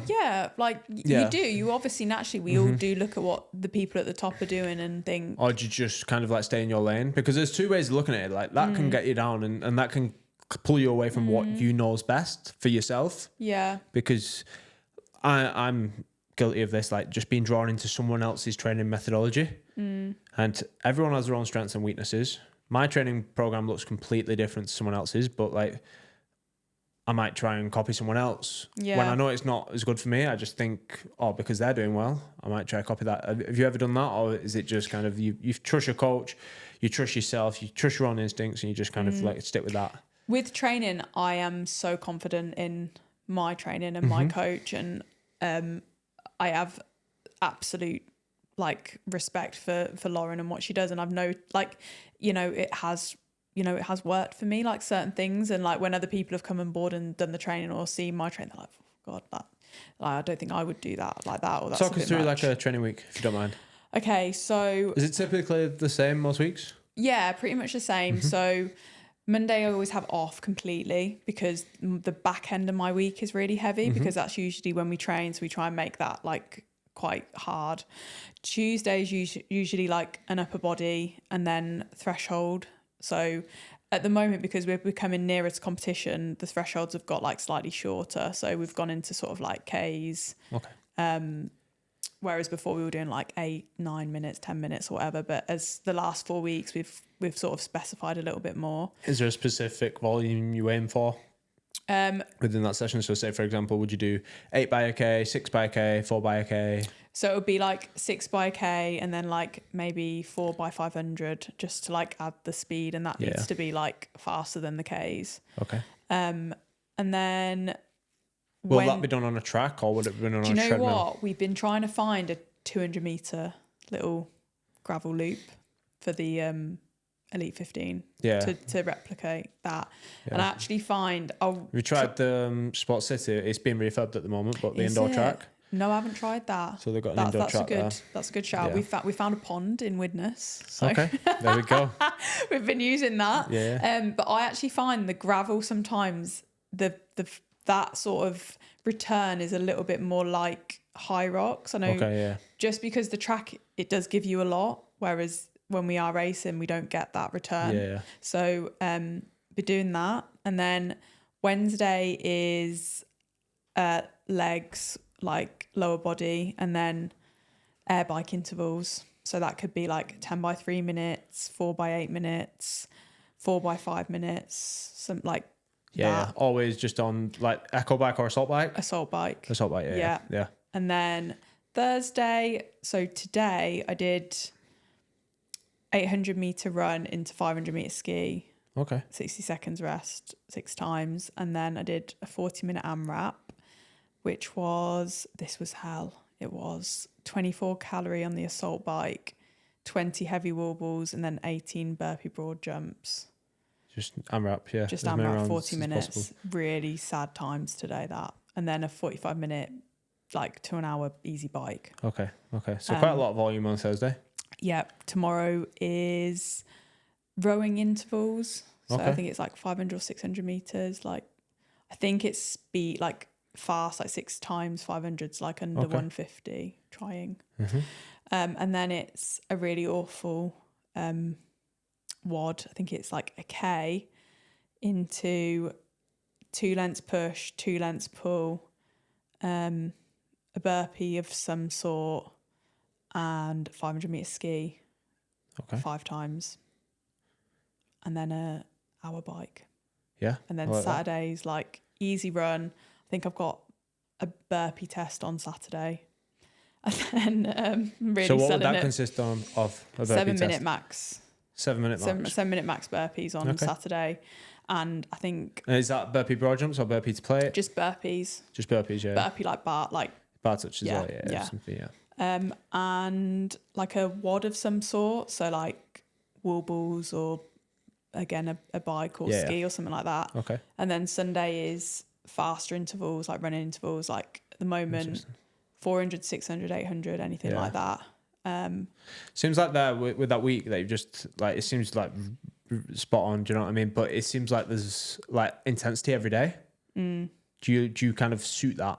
Apart from obviously Monday, like you say, but like 6 days there. It like the intensity increases by Thursday. Like today was hard. Yeah. Thursday, Friday, Saturday, and then Sunday's just like the runs and a bit of strength. So by Sunday I'm knackered, but I've trained that way for like months. Yeah, so you just kind of like used to it. Yeah, used to it.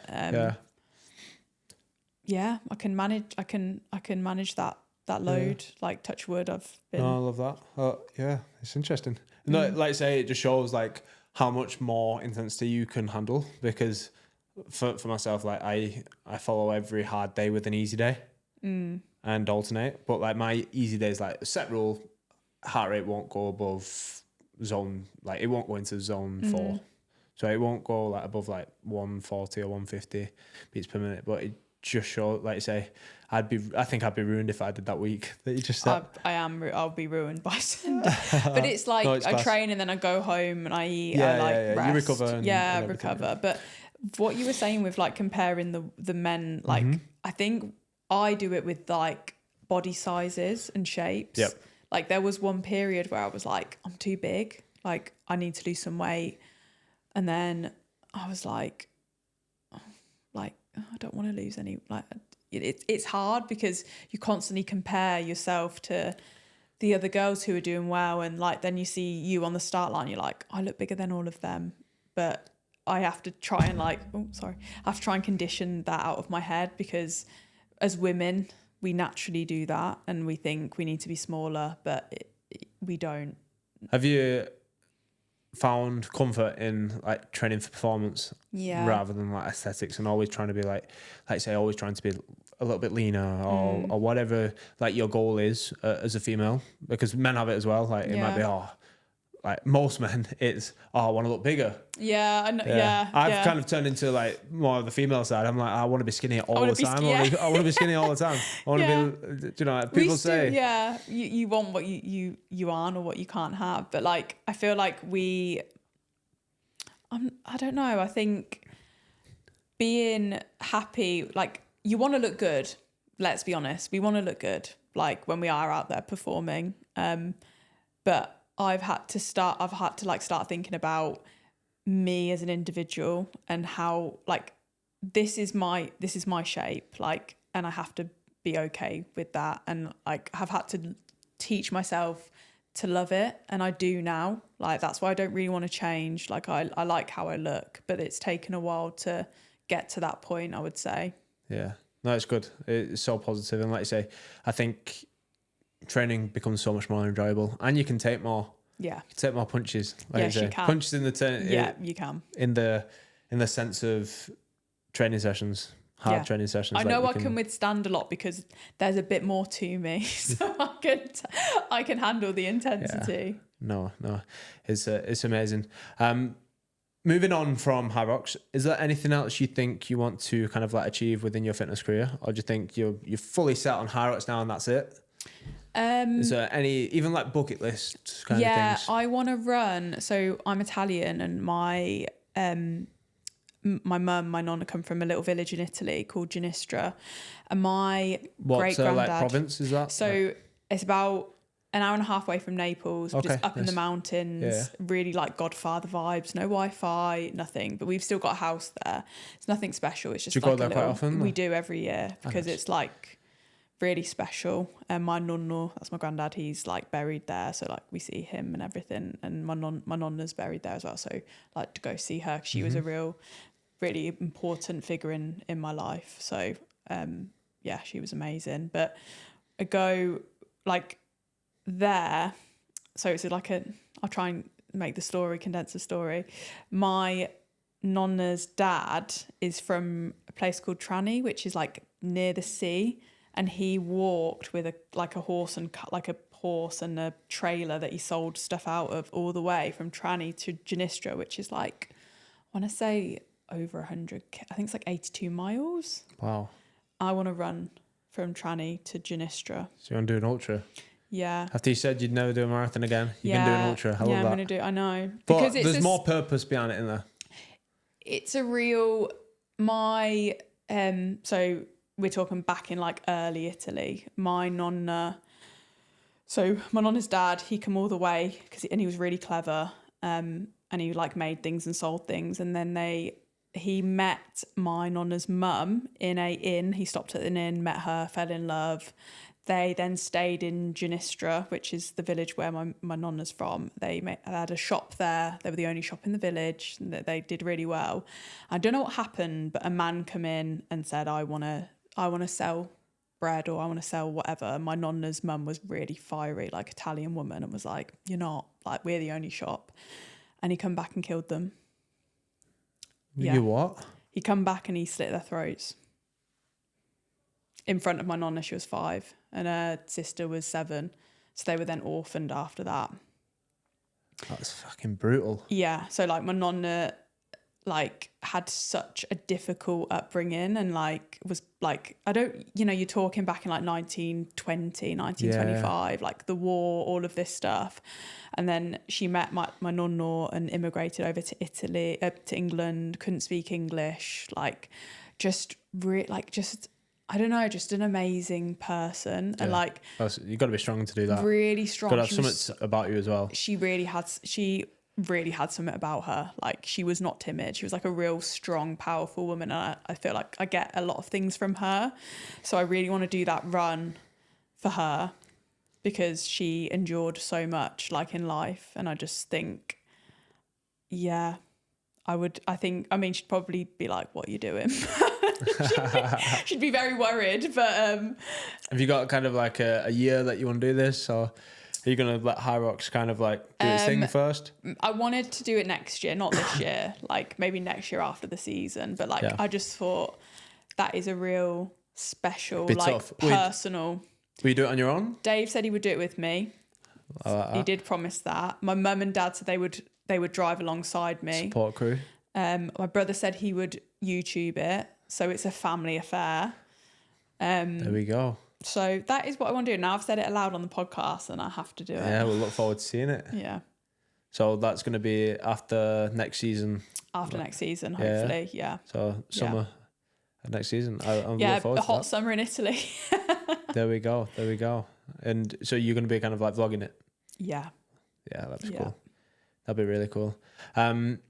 With, like you say, everything going on within HYROX, where do you feel like you can get to?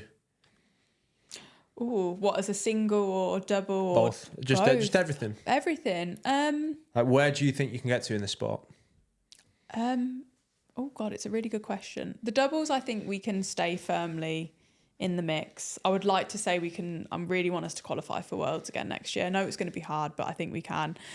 The singles, I really just want to have a redemption race in the singles. I just want to put it to bed. Even if it's once, like I just want to get there, prove to myself that I can do it. So getting the Elite 15, where are you placed now, ranked roughly? Or is it just because it's 1 point? Oh God, yeah, not. So you've got a couple more races to do? Yes. Yeah. And then hopefully back into the Elite 15 singles? Because they've got this challenger thing now, which is great, where... Division, yeah. And like say, it works to your advantage, you can race. You can race people. Yeah, so I'm looking forward to that. I just need to get back in the top, like, 30, which hopefully I will after a couple of races, but yeah, that's all I need to do. And I just want to prove to myself that I can race amongst the best.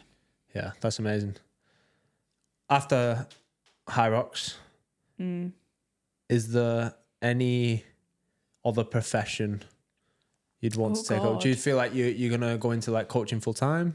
I feel like I actually think about this sometimes. Have you got anything else on like your bucket list? Sometimes like getting into some form of like women in sports role. Yeah. In terms of looking after women in sports, like especially, I feel a bit maternal sometimes towards some of the other athletes in the sport. Like I want to look after them and I want to just give them a bit of advice, and I don't want them to get so caught up and upset, and it makes me sad when I see them like that. And I just think, is there something that can be done? Like, is there something that can be offered? Just from a mental side of things, or just like another element to HYROX, like another role like that can be put in to like protect them from like a psychological point, or talk to them, or just help them as they navigate through, because some of them are so young. Yeah, some of them, it's crazy. They've not had like any life experience, and then they get thrown into this like. Yeah, because I'm scared of. It's daunting for me, and I've had a lot of life experience, so I can't even imagine what it's like being like 19, 20 or like early 20s and having all of this pressure. What would you say to that? Like, say for example, now we were talking to them people, like, would there be a couple of things that, what would you say to them?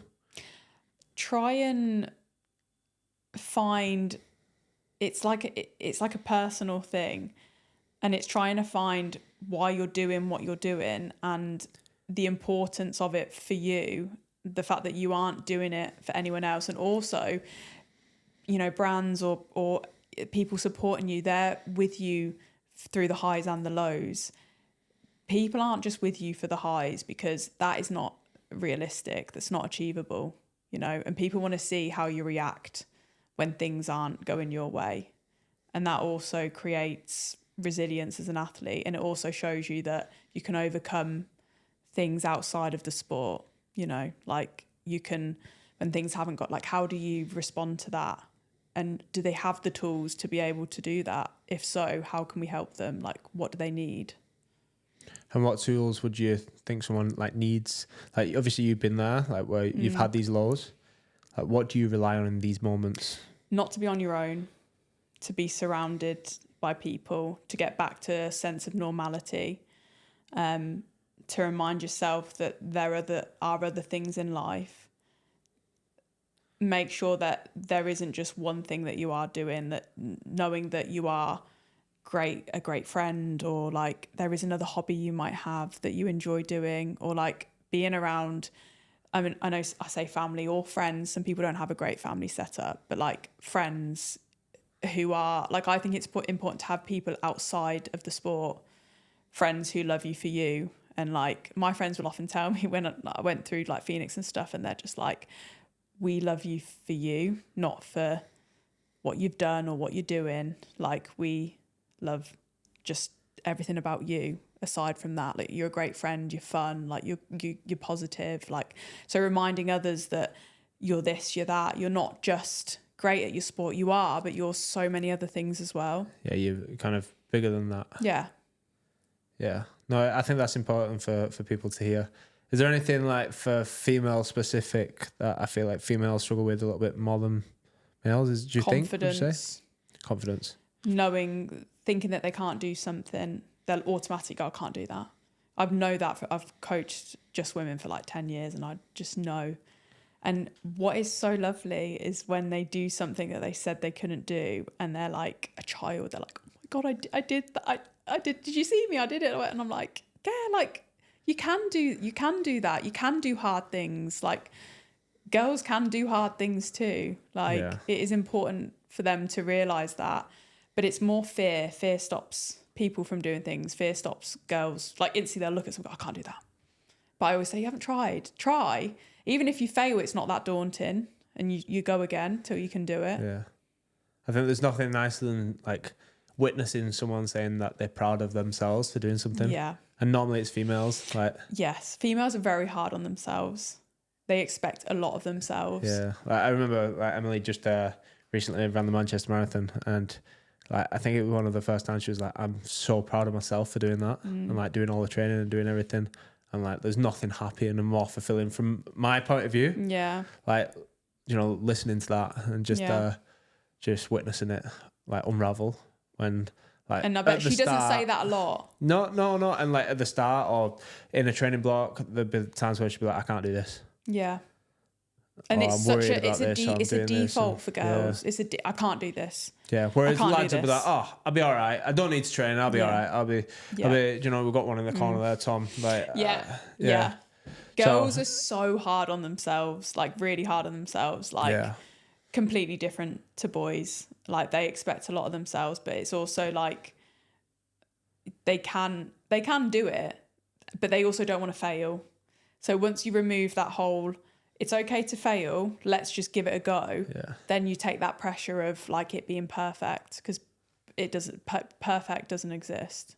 Yeah, that's amazing. And like you say, I think HYROX definitely needs a role like that. Yeah, it does. That's just what I've observed, and it's concerned me. Do you ever like reach out or try and reach out? Yeah, it's when very things hard. haven't. Yeah, I mean, obviously, like I love like the young girls in it, like Charlie, Lauren. Like, you know, after obviously Lauren didn't have a great race in Phoenix and then has come back and she smashed it, and like after every race I always message her, like, because I know what that felt like, and I'm just like, oh, well done, Lauren. Like, you know, it's great to see people do that. And like Charlie hasn't had, like, she's an incredible athlete and she is amazing and she's going to do amazing things in the sport. And I met her when we raced against each other in Poland when I got the 103 and she was in second, and we got chatting and met Phil, was chatting to them both and got on really well. And then since then we've always got on and we've sent voice notes and just,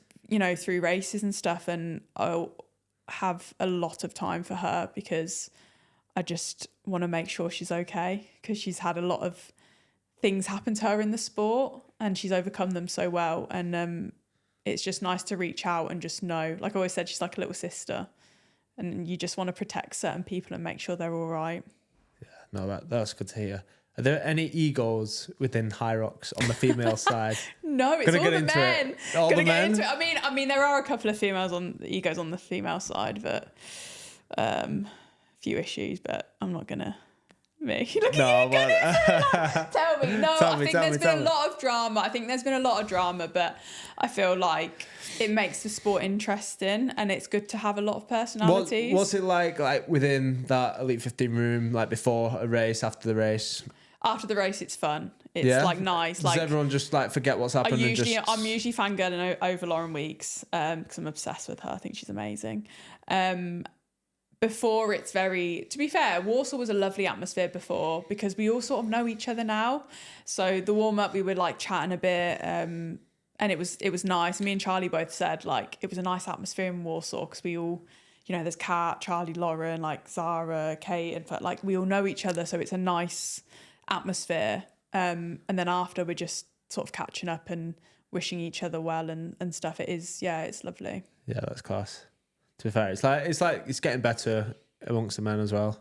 Like you say, I don't know what you see from the outside, but do you think there's a lot of egos within the men's HYROX space? There's a couple. Not any egos, but like personalities.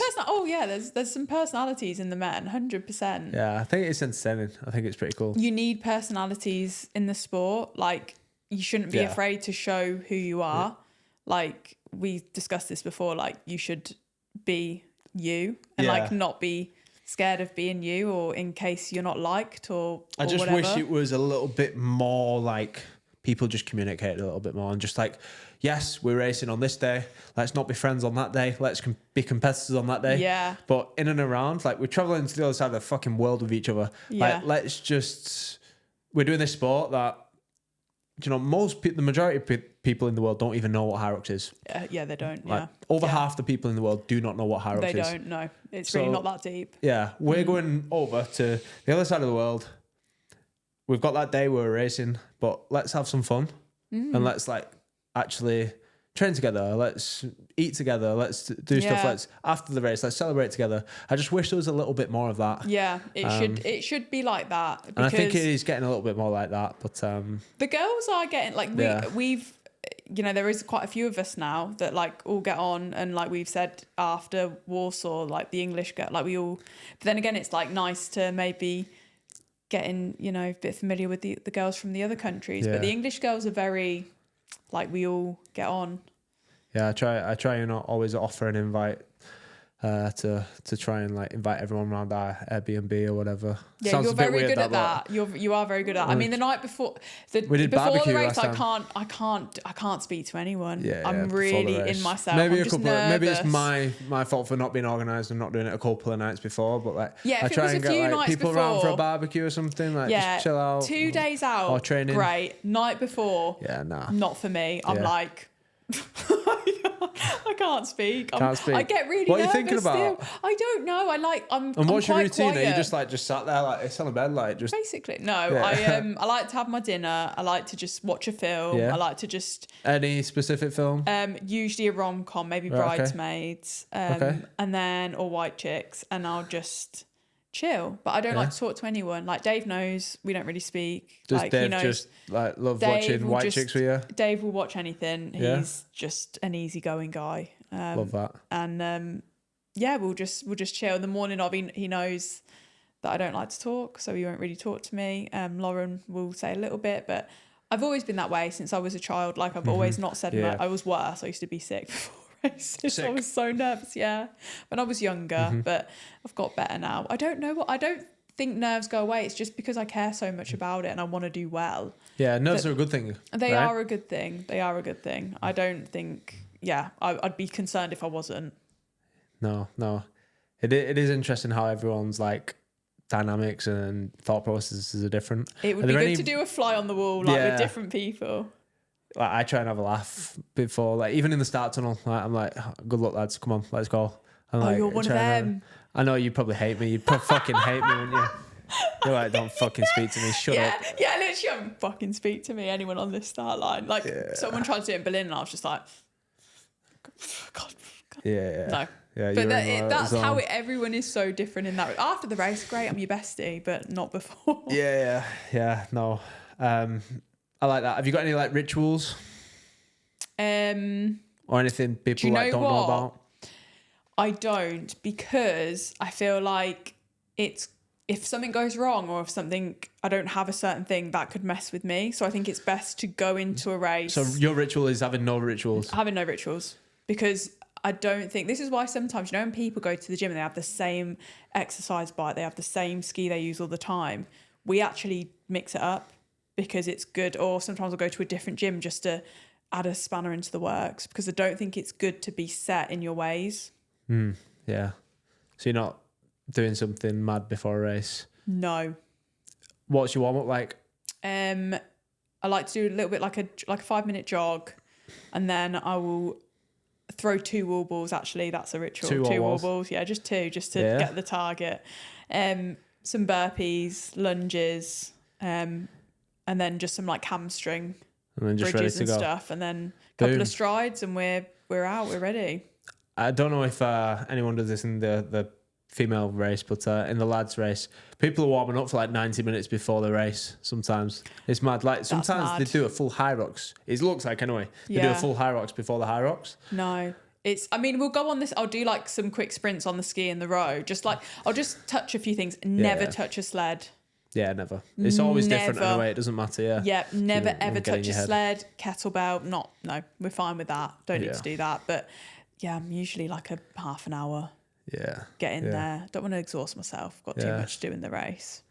No, I love that. So after HYROX, you're going to think about coaching, like you say, get more into this kind of like coaching females and making sure that they're in the right mindset. Do you ever think you'll ever return to like athletics or anything like that? Or do you think your talent, like, do you know, as coaching or doing anything like that in the sport, or do you think your place is in HYROX now?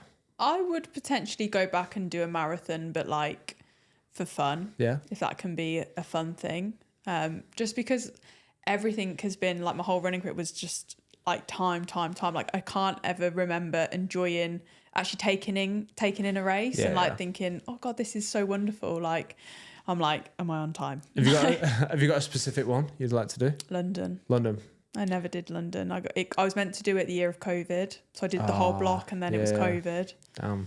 Yeah, so yeah, London, and I want to go and do it, and just like maybe do it with someone like a friend or whatever, and just or like my sister, or just like a family member or my brother. Just have like a special race with them. Yeah, that's class. That is amazing. Is there? I want to ask a couple like quick fire questions. Yeah. First one. Have you got any bad habits that people don't like really know about? Like bad habits. Bad habits. I'm sure. Oh God, Dave could probably tell like, me. Or even like in terms of like an athlete, is there something that you really like shit at? Like, for example, going to bed on time or something like that, or jumping onto things. And when you're jumping onto things, like. I have a fear now after steeplechase. Okay. I've like so it's lots of I can't jump things. I can't jump to the side. So like you can't do it. If someone says you like do box jumps, can't do it. You're not doing it. So you can't. I can't. It's like an issue. Like it's like a block. If you ask me, I can jump to the side on the left. Ask me to jump to the side on the right. Can't do it. And that's just because that one time you missed the steeplechase. And it's like. Ingrained. I can't do it. It's madness. That is pretty mad. Yeah. Anything else? Are you messy at all? Do you leave cupboards open? That's mine, by the way. That is, like, I'm pretty messy. No, I'd say Dave does that, and it really gets on my tits. That's annoying. Sorry, Dave. When he doesn't. Do you know what's the worst? You know, when leave the milk out, don't put it back in the fridge. I'm like. Do you see the other day Emily's story? I put the milk in the cupboard instead of the fridge. I would go mad at that. And it was just like, I just wasn't thinking. I must have had like a busy day. And you were really tired. I put it where the cordial goes in the cupboard. Oh, and did you put the cordial in the fridge? Yeah. Oh, yeah. See, stuff like that. Or I think it can be annoying when I leave, you know, like when you don't put the plate in the dishwasher, but you leave it on the side. That's annoying. Yeah, that is annoying. But what about if the dishwasher is completely clean and it's not been unloaded and then they put it on the side? I think unload the dishwasher. That's me and Dave does that. Yeah. You definitely do that as well, yeah. Yeah, it is. And then a couple of plates pile up. To be fair, I think me and Emily play games. Like, she'll leave a plate, then I'll leave 2 plates. I'll leave another plate on top. I'm like, I'm not doing it. You can do it. It's a standoff. Yeah, and then to be fair, I think when there's a third plate though, that's when we'll. Yeah, I think this is getting too far. Yeah, this is getting too far. We'll just scroll up a little bit. But yeah, no, that's interesting. Death row meal. Oh God, easy. Is it start and main dessert? Go on. Okay, so starter. We've got a bougie death row meal. Yeah, I mean it is start. Anyway, right. So it would be a camembert, you know, like with like a baguette. I'm really going all in. Okay, like a dipped in. Are we going like just a standard camembert? No, because it's like one of these caramelized onions sprinkled on the top in one ones. of them Petri dishes, melted in the middle, baguette on the side. Petri dish, is that the right word? Yeah, it's like a Petri dish. You know what I mean? Yeah, I'm so sure they're like science. They're like GCSE science, right? Petri dishes. That is that is. You know what I mean? In Nando's, the big like the clay. Yeah, clay dish. A clay dish, right? So that. Because we're death row, so that a few olives on the side, the big like. This is fancy. This. Yeah, the big massive ones that they sell. Then again, you are Italian, so we'll let you off. Yeah, so food is big for me. So that, and then the main would be my mum's lasagna. Okay, is there anything? Does she have a spin on it? It's just bang insane. It's amazing. Are we using beef mince? Yes. Or is she using beef mince? She's using beef mince. She's layering it with eggs, pasta, mozzarella, cheese, layers, about 7 layers. Gorgeous. Amazing. And then the dessert is a sticky toffee pudding with honeycomb ice cream and 3 strawberries. Just 3? Yeah. Exactly 3? Yeah, exactly 3. Incredible. You didn't expect that. I think about it a lot. I do, yeah. Next one. If you could only do one for the rest of your life, gym or run? Run. Yeah? Yeah. And are you like running a lot, or are you like just running? Are you just never going to the gym again? Yeah. You're happy You just with that? said, you've asked me. It's one or the other, isn't it? Yeah. I was very sure on that. I don't think I couldn't not run. Yeah. Okay. I don't think... I love the gym, but it doesn't fulfill me like running does. Yeah, no, I get that. Like you say, it's nice, like going out. And you can, the variation of, I know it's variations in the gym, but like being outside running is like just so therapeutic. Worst HYROX station? The ski. The ski? Yeah. Favourite HYROX station? Changes a lot. Sled push. So the sled push on an easy day or a hard day? Like when it's heavy or when it's light? Because I mean, I had the world champ sled, that Chicago sled, that was pretty heavy. awful. Yeah, it was pretty heavy. That or it sounds weird because like some people would say, oh well, obviously a light sled, but like you said before, you prefer heavy weights. The sled is fine for me. Yeah. If everyone's is heavy, then is that not right? It's good for me. Yeah, it's good for me. Yeah. Yeah. No. So sled. No, interesting. I don't have any more. That's it. That is it. Thank you, Gabby. Oh, I appreciate you, Jay. that. No, I've enjoyed myself. No, it's been really fun. Yeah, thank you.